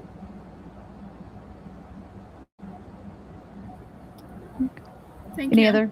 No further questions. Thank you. Wow, I like it. Short and sweet, just my kind. Adam Ska, your question or comment to either of the gentlemen, please. Yeah, sorry, I had to unmute myself. My question is more to Cap, and Israel can answer if he wants to. But where does it eliminate white people? You always go on about white people and we're damned and we're all this, but where does it really say that? Because I have my Bible right here, and God said in 3:16 that He gave His only begotten Son for the world. And He did send the apostles to teach the Gentiles. In Romans 9. See, but before you answer, though, I'm gonna keep my thing short and sweet, because I know there's other people who want to join the panel. You go to, in my opinion, I'm a Christian. I believe in Jesus. I believe in His sacrifice. All that. You laugh at me. I love how you mock other people. I'm not laughing. But you I'm just cherry laughing pick. at you. No. You cherry pick the Bible. In my opinion, this is my opinion, no one else's. But in my opinion, you cherry pick the Bible from the Old to the New Testament to justify your racism towards other ethnic groups because you got an identity crisis because of slavery. That's the gist of you. And you going around telling Harriet Tubman was a Jew and all this BS, buddy. I Googled that. I AI'd it. I went every which way with it. That woman never once claimed she was a Jew. She claimed she was a Christian. And as she taught other slaves, that's why she did what she did during slavery, because of God, Christianity. Not, oh, I was a Jew and I was this. That entitlement crap, that's just because you black people got an issue with everybody else. Maybe teach your people to take some accountability instead of using the Bible to justify your ignorance. Maybe go into your community and teach these men to be men instead of dipping out on their families and whatnot. Because I'm tired of you slandering Christians. I'm tired of it. Boss, I'm tired, boss. I'm real tired. When I hear a white man call me racist, and then he says, yeah, see, there you go, right there, right with race. Oh, and I hear a white man. Well, every time I say like 3 or 4 words, you cut me off, man. But every time I apologize. I apologize. You just get under my skin, dude. Well, I ain't even say that Captain yet. has to. So I'm gonna shut up. I'm gonna let you answer. I didn't say nothing though. Like, you big man already. No, I said I'm sorry. I apologize. I'll let you answer. When I hear a white man call me racist and then he say you black people, that's all I need to know about. Because you're black. Can I finish? I didn't. No, I'm not a racist person, my guy. My brother-in-law is black. Hold on, Captain. Hold on just a second, Captain. Adam, do you notice how everyone before you had a great back and forth, right? Clay did very well. Yeah, I apologize. I get a little ahead of myself, Sarah. Yeah. Don't get ahead of yourself and stay right here in the present where we go back. I will. I apologize. I apologize, Cap. Okay. Go ahead, Captain. That's that clownery.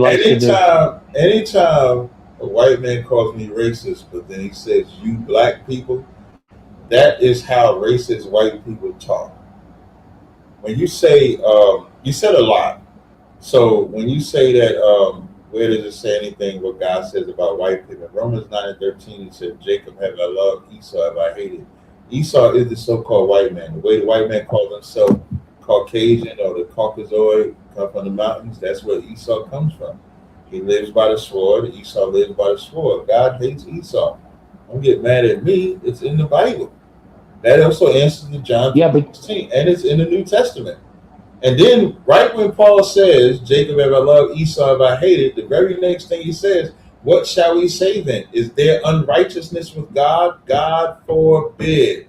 So even Paul is justifying God hating a people, specifically Esau or Edomites, which is where you descend from, sir. Okay, well, actually, now I am going to interrupt you because Edomites are not white. They're from southern Levant in Jordan, buddy. Okay, yep. Play your little music. I'm only playing it because you're so rude. I spoke to Clay. No, you're rude. I didn't get to finish hearing what Captain was saying, Adam. When you talk about John 3:16, the word world does not mean everybody. Because God so loved the world, Christ also didn't pray for the world. 1 John 2:15 says, love not the world. There's a context of the word world. And Isaiah 45:17 tells you Israel is that world that shall be saved in the Lord with an everlasting salvation. So I don't cherry pick the scriptures, but when I bring out the scriptures that show you the specialness that Israel has, the hatred that God has for other nations, Isaiah 40:17 says all the nations are as nothing to him, but be like a drop from the bucket. Revelations 13:9 says, he that leadeth into captivity shall go into captivity. He that killeth with the sword must be killed with the sword. And it just so happens your ancestors did that. If it said in the Bible that I had to love you despite what you did, I love God. I would just do it. But God is so merciful to my soul and spirit, I don't have to. Last thing, I'm a free man. I'm not bound by lack of identity inferiority complex. I don't have nothing. I'm superior to you and every other person that's not in my school. So I don't have that problem. I can comfortably have a conversation. Floor is yours. I'm going to make sure I can talk. You know, I don't want to. I'm not trying to piss Sarah off because I try to show respect. Anywho, all of that is gibbly goop. Okay, all that crap you just said is BS because the new covenant through Christ and his blood sacrifice on the cross washes away the old covenant of the Old Testament. Ergo, people that as long as they believe in Christ's sacrifice, that he did die for your sins, and that he died on that cross for that sacrifice as the lamb, you shall know salvation. And that applies to everybody. But see, again, I'll go back to why I call you a racist. I don't call you Mr. Black Man because I'm a racist. My brother-in-law is black. I love the guy. I see him as a man, not a black man, not any other man, a Christian man that works hard, provides for his family, does the right thing. And then I got to see people like you who want to cherry pick the Bible. Like you don't even, let's go to Revelations, how you like to go with the description of God or Christ with the woolly hair and all that. That's called a metaphysical description, not a literal one. Okay? As Israel said, nobody knows definitively what God looks like. He even said it himself. To look upon my face would be death. Why? Because our little tiny brains can't comprehend that metaphysicalness. Okay? That's where you just keep losing the argument. I've seen you lose it with Sam, Jay, and others. I'm not going to list names because, again, I'm not trying to start now. All I'm saying is that you come with these BS arguments about Harriet Tubman and all this crap. Yet you talk about, oh, it's not about lineage, but yet here you are telling me what my lineage is. I don't even know. I would love to know, but for all you know, I could be descended from Jews. I could come from the 12 tribes. You don't know that. You make an assumption on that because you want to justify your ignorance, period. You use God. It's blasphemous. You calling God a racist? You don't even know God like this. How can you call God a racist? God's God. He can like whoever and dislike whoever he wants, but it doesn't automatically mean, well, hey, you don't like them white people. If God says he hates a people, is that love? Oh, that's because they did something to displease God, so he's going to give you his wrath. Answer the question first. If God says he hates, I just did. What are you talking about? Is that love? If he hates them, is that love? No, obviously it's not love, but it does not specifically say white people, dude. It comes to Esau. He said, the children being not yet born, neither having done any good or evil. So there wasn't nothing bad that Esau had done. He hated him before he was born. And what is your proof that Esau is a white man? What is your proof that that's a white man? I just gave two examples. Do not the white man call? Does not you giving me a title, not a does description. the white man call himself Caucasian? Yes or no? Yeah. Because he come from the mountains, right? It's cave. We all migrated elsewhere. Listen. See, that's that racist. You don't even know white people were in caves, brother. Caucasian is because they come from the caves. That's where Esau comes from. Does the white man live by the sword? Yeah, all right. Does the white man live by the sword? Does the Israelite live by the sword? I can go back and forth with you too. Does the Israelite live by the sword? I just did. I'm asking you. I'm asking you to apply the same standards you're trying to apply to me. We don't live by the sword. What I mean by when Esau was told he would live by the sword, they're in a land that the white man has not went into, that he did not take it by the sword. So all you got is the white man. Israel, I'd like to hear your opinion on this. Is that not historical? How did he get? No, it's not, because you don't have any proof that he's talking about white people. Did he get North America by love or by the sword? Was it just white people that took North America? No, it was white, Spaniards, British, and other ethnic white groups people, British came white over. people. That's all white people. Spaniards are not white people. That's again how slow you are. They all white. Are there no All wars? right, let's. I'd like to hear Israel, though. I'd like to hear Israel. Pardon me for just a moment. I'm going to let Israel give his thought, and then we're going to move on, because that would be a great conversation to push over to the gauntlet and let you guys get a little. Oh, I'm sorry, Sarah. I thought we were in the gauntlet. That's why I was going so hard. I apologize. I guess somebody wasn't paying attention. You don't got I was dealing with other stuff here and listening. Captain's gonna So. miss out. Yeah, I gotta be at the gym at 5 o'clock. Oh, that sounds like a personal problem, Captain. That ain't a business problem. He's got to sweat out his racism. So I'm giving you bonus time now, Sarah, after 12. So I got a couple more minutes. But real quick, I appreciate the dialogue, Kat. All right. Rocky, hold on, Rocky. We're just going one at a time right now. It's not your turn. Okay. Israel, I'll give you the final say on anything that Adam's been saying. Then we'll move on to WW's the last one for the Q&A portion before we move to Gauntlet. Yeah, all I would say is, are there no wars in Africa? Or is like the entire world is literally under war. I think that's pretty abundantly clear. It's absolutely impossible to identify who the actual descendants of any of these biblical figures are. All these nations, the Edomites, the Ammonites, the Canaanites, they don't exist. So we live in a new world where we're all human beings and we're all bound by the 10 Commandments. Love your fellow as yourself. Did you not hear that one? Where God tells you to love your fellow as yourself. Not to murder, not to commit adultery, not to steal. These things apply universally to all mankind. And we should not sit here having petty fights about things we literally don't know, like which bloodline tribe we descend from. Instead, we should talk about what God tells us to focus on, which is returning to him heart and soul and loving your fellow man and seeking justice in the world. All right, perfect. Okay, W, let's move on to your question, sir, or comment. Hi, good evening. I guess I wouldn't say really comment. I wouldn't say question. I'm more bordering on comment, addressing a few things that Captain said. Now, I'll give you a background. I am a Yale student who is majoring within genetics. I am currently attending Yale, and I'm majoring within genetics, so I definitely can give my 2 cents on the whole lineage thing. But to address your first claim, when you claim that God is a racist, so if God is a racist, why would he make other races? Because I could certainly say if I was a racist God, I wouldn't make the other races from the get-go. In Romans the 9th chapter, it says, who art thou? This is after he says, Jacob have I loved, Esau have I hated. So if he made a race to hate, that means he is racist, right? No, I wouldn't say that. And I wouldn't say that he's saying a specific race to hate. It says he's Esau probably have I hated. Okay, but Esau is not a race.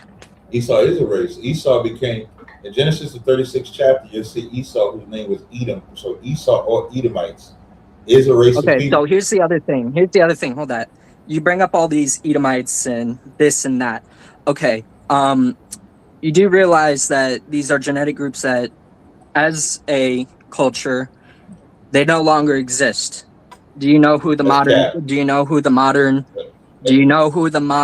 descendants are that carry those genetic traces of those people? Yeah, white people. No, it's not white people. It is actually modern day Jordanians and modern day Palestinians carry the most genetic traits for these people.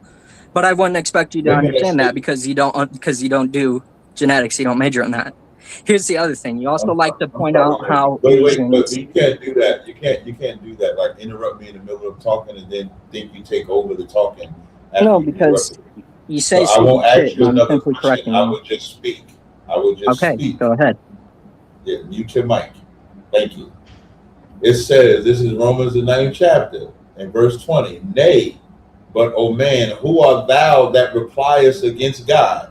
Shall a thing formed say to him that formed it, why hast thou made me thus? You asking the question about why God created a race to hate, because he can. That's what makes him a God. Verse 21, have not the potter power over the clay of the same lump to make one vessel unto honor and another unto dishonor? So he has the authority to create a vessel of dishonor or create a vessel of honor. So don't get mad at me because God said he hated Esau and Edomites. That's what the Bible says. You can get, like, y'all can get mad. Y'all can say these people don't exist, but what you cannot say, they don't. But you cannot say is they that don't exist any longer. Can you show me a verse that God loved? look at you in your feelings. No, I could show you genetic Can traces. you show me a verse that God loved Edomites? Can I show you a verse? Well, I mean, they clearly don't exist anymore. They've been They assimilated existed. into Listen, surrounding if you want to go with populations. the argument, they don't exist no more. That's irrelevant to But they the don't. question, because in the Bible they existed. They're talked about. They did exist at one point. I just read God hated Esau. Can you show me a verse that God loved Esau? No, because I will admit I'm not really too knowledgeable on the Bible. I was Yeah, raised a that Jehovah's means I'm Witness. stupid to the Bible. That's what that means. I'm stupid. Well, to the I do. Bible. I am familiar with it because I mean, God did create us in His image. God right? created Esau So to wouldn't that hate. mean that God hated himself? God created Esau to hate. That's what it says. The So that would children being so if he not create yet so if he born, created him to hate, neither having done any good or evil, that the purpose of God according to election might stand, not of works, but him that calleth. He called Esau to be hated. So how you getting mad at me? Because your question was like, why would I say I'm not mad at he's you. a racist? So if we're talking about God, we can't go to your Yale. Who cares about Yale and your genetics? You ain't asking me about a book of Yale. You're asking me about the Bible. So if we're talking about the Bible, let's deal within the parameters of the Bible.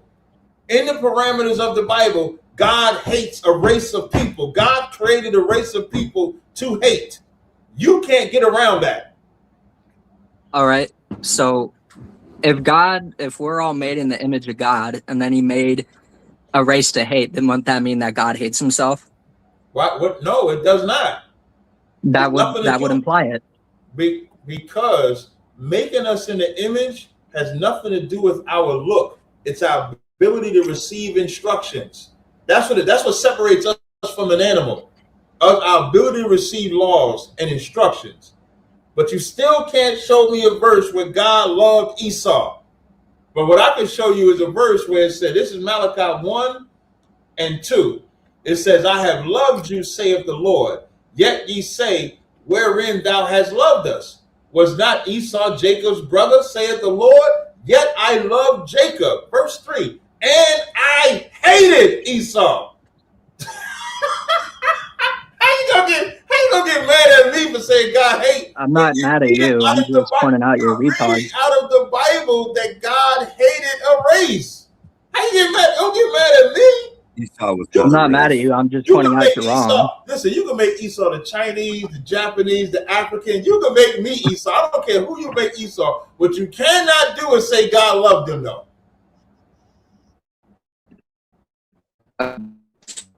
Beside the fact, that's what you asked me. You just asked me. Okay, you do also you like to rag on the Asians a lot. You just asked me why am I saying God is a racist and saying because it doesn't make sense and we're just running in circles. Me showing you he hates a race of people is now irrelevant.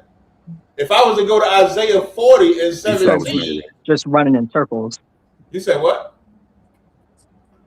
Because we're just running in circles at this point. You're nitpicking again that someone picked. When you say you saw this, I mean, when you say if he hated him, he hated him, but that doesn't apply to a whole group of people. I mean, again, as I was pointing out, we have no knowledge of. Is Jacob a whole group of? Is Jacob a whole group of people?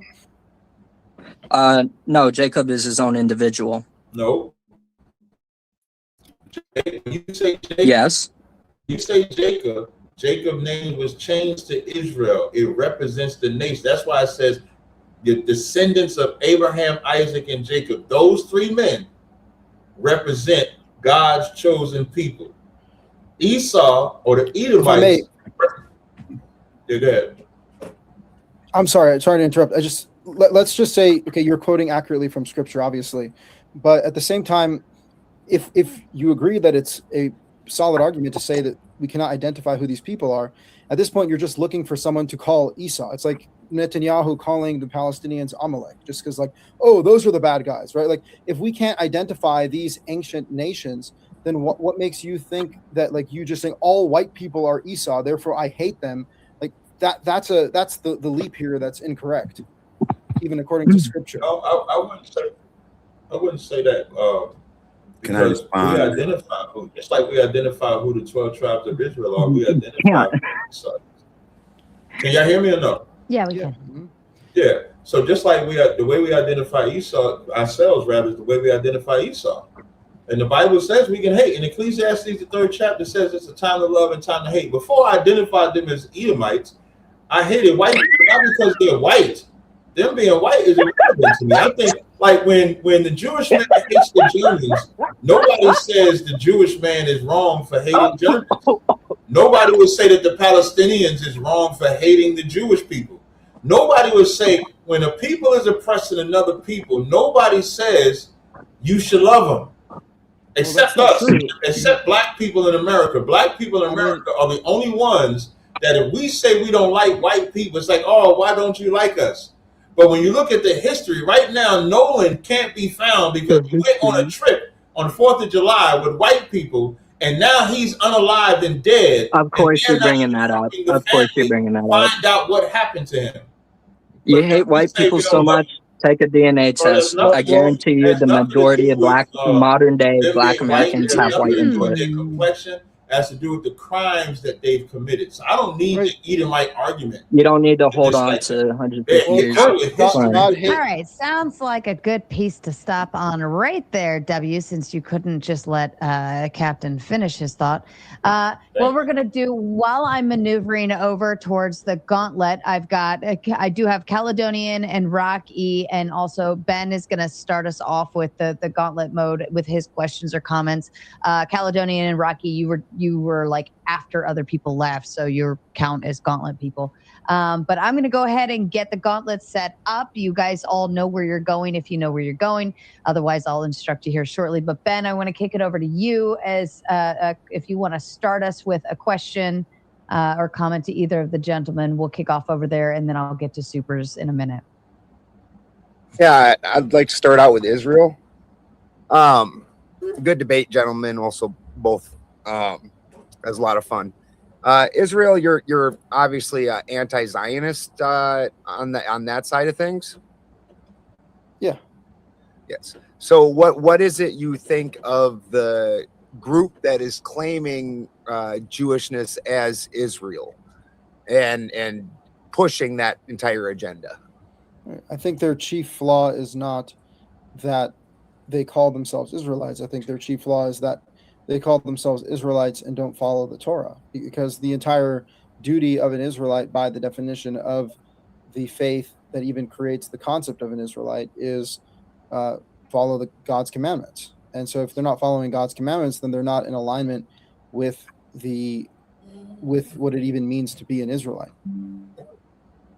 What do you think of the lines of propaganda that were very interesting? So pre-inception of the current Israel, when they were drumming up the sentiment for that, the people group that they were doing that drumming up for was the Hebrew people. It was obviously there was no Israel at that point in time, and so they said it was for the Hebrew people. After the inception of Israel, then they rotated that, and no longer is Hebrew tied to that, and now it's Israelites. What do you think of all that? So both terms are valid, biblically speaking. Hebrews are actually like the original. It's almost more ethnic. It dates back to Eber, who's one of the sons of Noah through Shem, and so the Hebrews are the Ivri in Hebrew, and all the way before the Israelites even existed, they were called Hebrews. Like Joseph was called a Hebrew in Egypt, for example. So Hebrews are very deep. It's a deeper definition than Israelite. Israelite then refers to the covenantal people who descend specifically from Abraham, Isaac, and Jacob, who's then named Israel and has 12 sons who are then called the children of Israel. So yeah, both terms are accurate.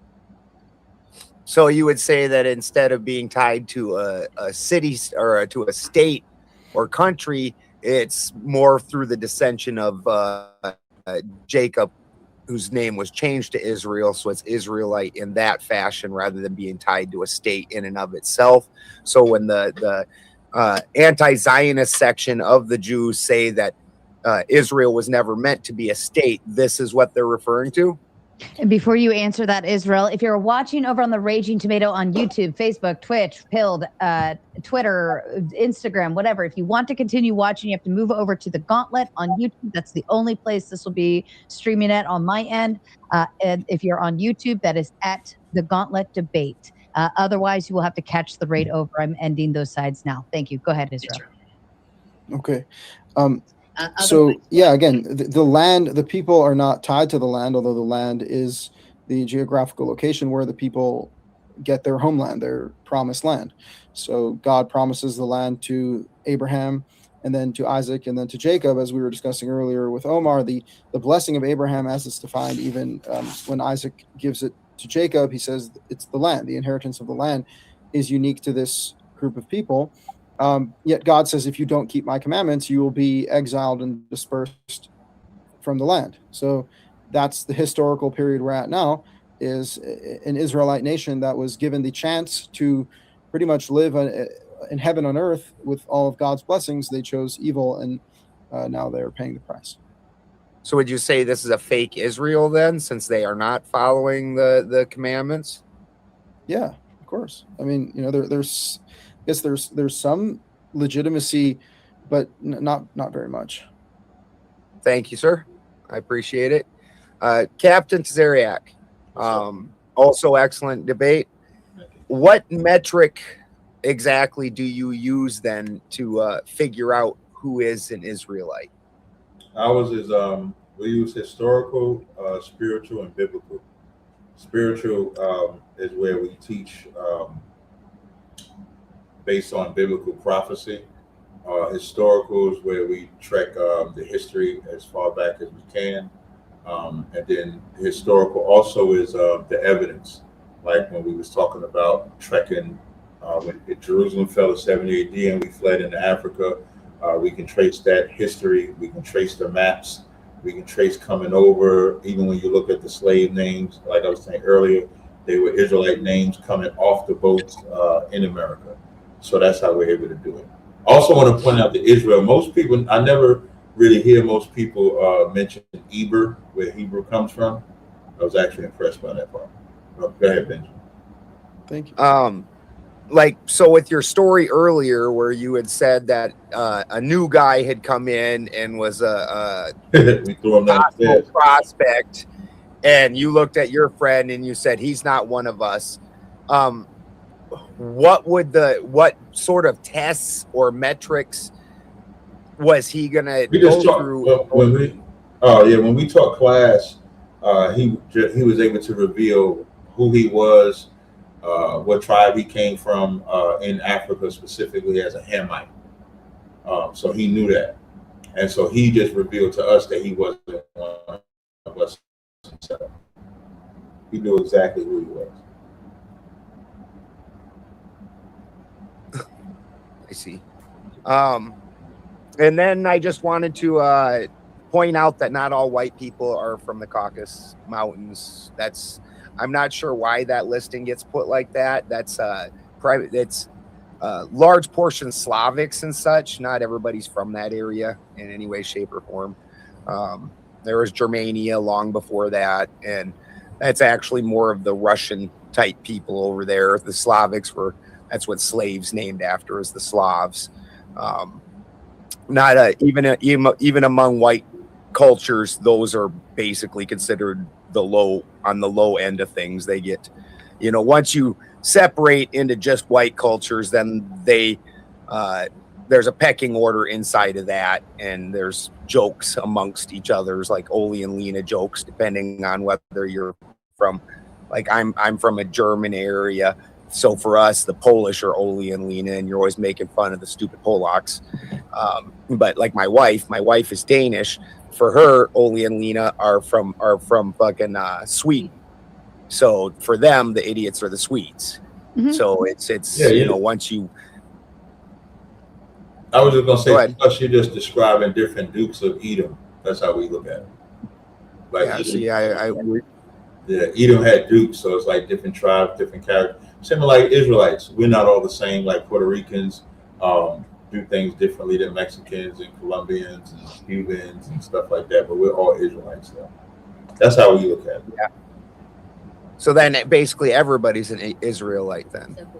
No. And no. You say Some of the Mexicans Mexicans, are Israelites? some of the Mexicans could be Spaniards. Some of the Tainos could be Spaniards. Like some of the blacks could be European. Like we always point out with Bob Marley. I was saying that earlier. So no, we don't say, when we say that, we're giving like a location of where they are, but that doesn't mean every last one of them are. So the people that are actually from Northern Europe and not the Russian area, the sons of Odin, those are not Edomites. Those are sons of Odin. Okay. Yeah. They go with it. So yeah, I say go. I with shall. It. Yeah. I shall, sir. Listen, I love when I see you because I always be reminded of you with the hammer. So. Yes, sir. Yeah. So ain't nothing I can say gonna budge you from that. So I mean, go ahead with it. Rock out, man. I say rock out. I always enjoy paneling with you two, sir. You're a good time. A lot of fun. Love it. First panel. Super Recognizer said citizens should vote on every bill and ban Congress. I'm not sure where that came in. Okay, fair enough. Not sure where this super chat came in or why. I don't remember talking anything on politics stuff, but not at all. Appreciate the money though. Yeah, but yeah, I'll take it. Kraut said, I wish I could join, but I have no argument for either claim. Israel, Cap, what's up? Hail to the tomatoes and praise God. We love you too, Kraut. Also, Spin sent in over on the pilled side of things, big 15 bones, and says, good to see everyone. Love to you, Spin. You're on pill? Yeah, I started it. I just don't pay attention to it. He has to tell me when donos come in. Sasquatch also sent in over on the Cash App $20 and said for things and stuff. I love that. Also, Spin sent in over on Ben's side, says sending love, lots of love. He follows up with another 2, says hail Balderson. Saint Reginald sends in the big 5, says yes, Marcus Vipsinius Agrippa would be considered a white person by today's King Agrippa I and his son Agrippa II was of Edomite descent. Oh, say that 6 times fast. Any thoughts to that? Please hated. I don't think it matters at this point. I think it was just a statement. That's fascinating for me. I got a theory. There's an occult book called the Agrippa. I had a quick question for Cap before he goes. Have you ever been to Jerusalem? I mean, I haven't, but I was just curious if you've ever been over there. You have? Yeah. I went in Israel? Back in 2017. I think I spent it was 11 or 12 days out there. So I went to they got Jerusalem. That's like a big they got like King David's tomb. Like King David really in there. Olives is a cemetery. Yeah, so I went out there. A funny story. So we go to this restaurant and they see big black. So I went with my wife. It was just me and her, but there were some people there that I met. So it's like 5 or 6 of us. And when we go out there, I'm tall. Another gentleman was tall. The other 2 were short. When we go into the Jewish restaurant, when we sit down, Brenda's Got a Baby by Tupac just starts playing. I don't know if they said, hey, there's black people in here. Let's play a song. I don't know what to play. Let's play Tupac. And they played the first song that came to mind. And Brenda's Got a Baby is like so depressing. Like it's about a woman having a baby and put it in the dumpster. And they played that in the Jewish restaurant. I thought that was so funny. Yeah. That's because Tupac is a famous Jewish poet. Can I ask Cap a question about Israel since he went over there? I'll make it short though. Cap, what did they think over there of your beliefs? Well, they held me for like 3 or 4 hours. They didn't let me through. They claim it was for my middle name, which is Rashawn. And then when I went out there, the people that I did speak with, I didn't speak with a lot of so-called Jews, so I can't tell you what they felt. But some of the black people that lived over there, some of them agreed, some of them didn't agree. So It was a bounce. Sarah, I went to Dimona. I met the people over there in Dimona, so it was okay. I'm sorry, by the way, I gotta head out, Mm-hmm. but I want to thank you all so much. And just, Captain, I wanted to respond to one thing you said, because you said it would make sense for Jews to hate all Germans, and I don't think so. I don't hate. I didn't say it makes sense. That's not what I said. Don't leave yet. What I gotta said tell was, you the truth. if Jewish people hate Germans, nobody say they're wrong for that. Well, I think they are understand wrong why. because I don't think you should hate innocent people. It's I don't not think generally when you should hate evil. Listen, Jewish people lock up old Germans. They be catching 90-year-old Germans and saying you escape justice. My point is saying that is everybody understands. You said what? If they were Nazis, that's a different story. But I'm not going to kill a Nazi's son because his father was a murderer. But how they feel about Nazis, they feel that Jewish people are justified not because they're Nazis, but because of what they did to them. But for us, if we say how we feel, we can't feel that way. I was trying to just use different examples of everybody understanding why people dislike a people. I don't agree with that. I don't agree with Jews hating. You just all said Jews. it's okay if they're Nazis, though. Yes, if the person was a murderer, that individual was a Okay, murderer. so yes, white people all are German oppressing. people. If white people are oppressing us here in America, and that's why we hate it, then we're justified. But is every white person oppressing? Can I address I'm the never. question? I talked to Sarah. I text her. It can't be every. Like, let's not be cynical. Okay. Right. So then I we go should over judge Tom everyone as an Evans. I go individual. over Tom Evans' platform. I work with Sean Kelly. I do content with him. Matan's Israeli. It can't be every.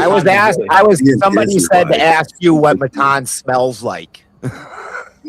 Israelite. What You it guys smells don't like, I know don't know Israel. what it smells like. Hey, all right, guys. I've never been that close to him. He's a child. I don't know what Hey, Cap. that was very gay. Cap, Whoever quick asked question. that is very gay. That's a super gay question, Ben. That's crazy. Hey, Cap, I real also quick, thought it was crazy. I was like, why would you ask genealogy of Jesus has a if Jacob and Esau were brothers, if Jacob and Esau were brothers, how would they be different races? I'll answer that question, and I'm gonna answer the super chat. The book of Jasher is trash. That's the answer.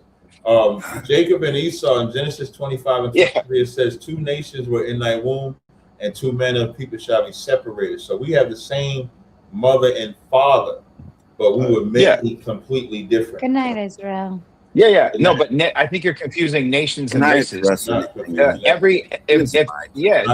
are. If there's 3 sons, Sarah, we gotta get another opponent.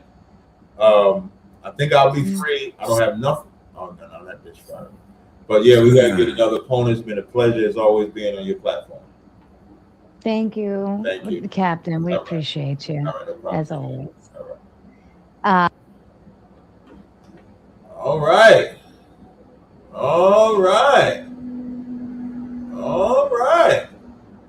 That was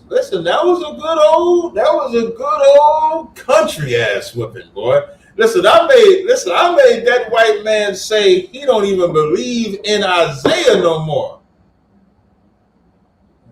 Diabolical. Well, I appreciate y'all rocking with me, man. Until next time. Yahweh Shem Yahushua Barakathum, Yahweh Shema Thum Bashem Yahushua. I got the perfect outro for this one. Let me see. Let me set the outro. Let me get the yacht dance. We're gonna do the yacht dance on the outro.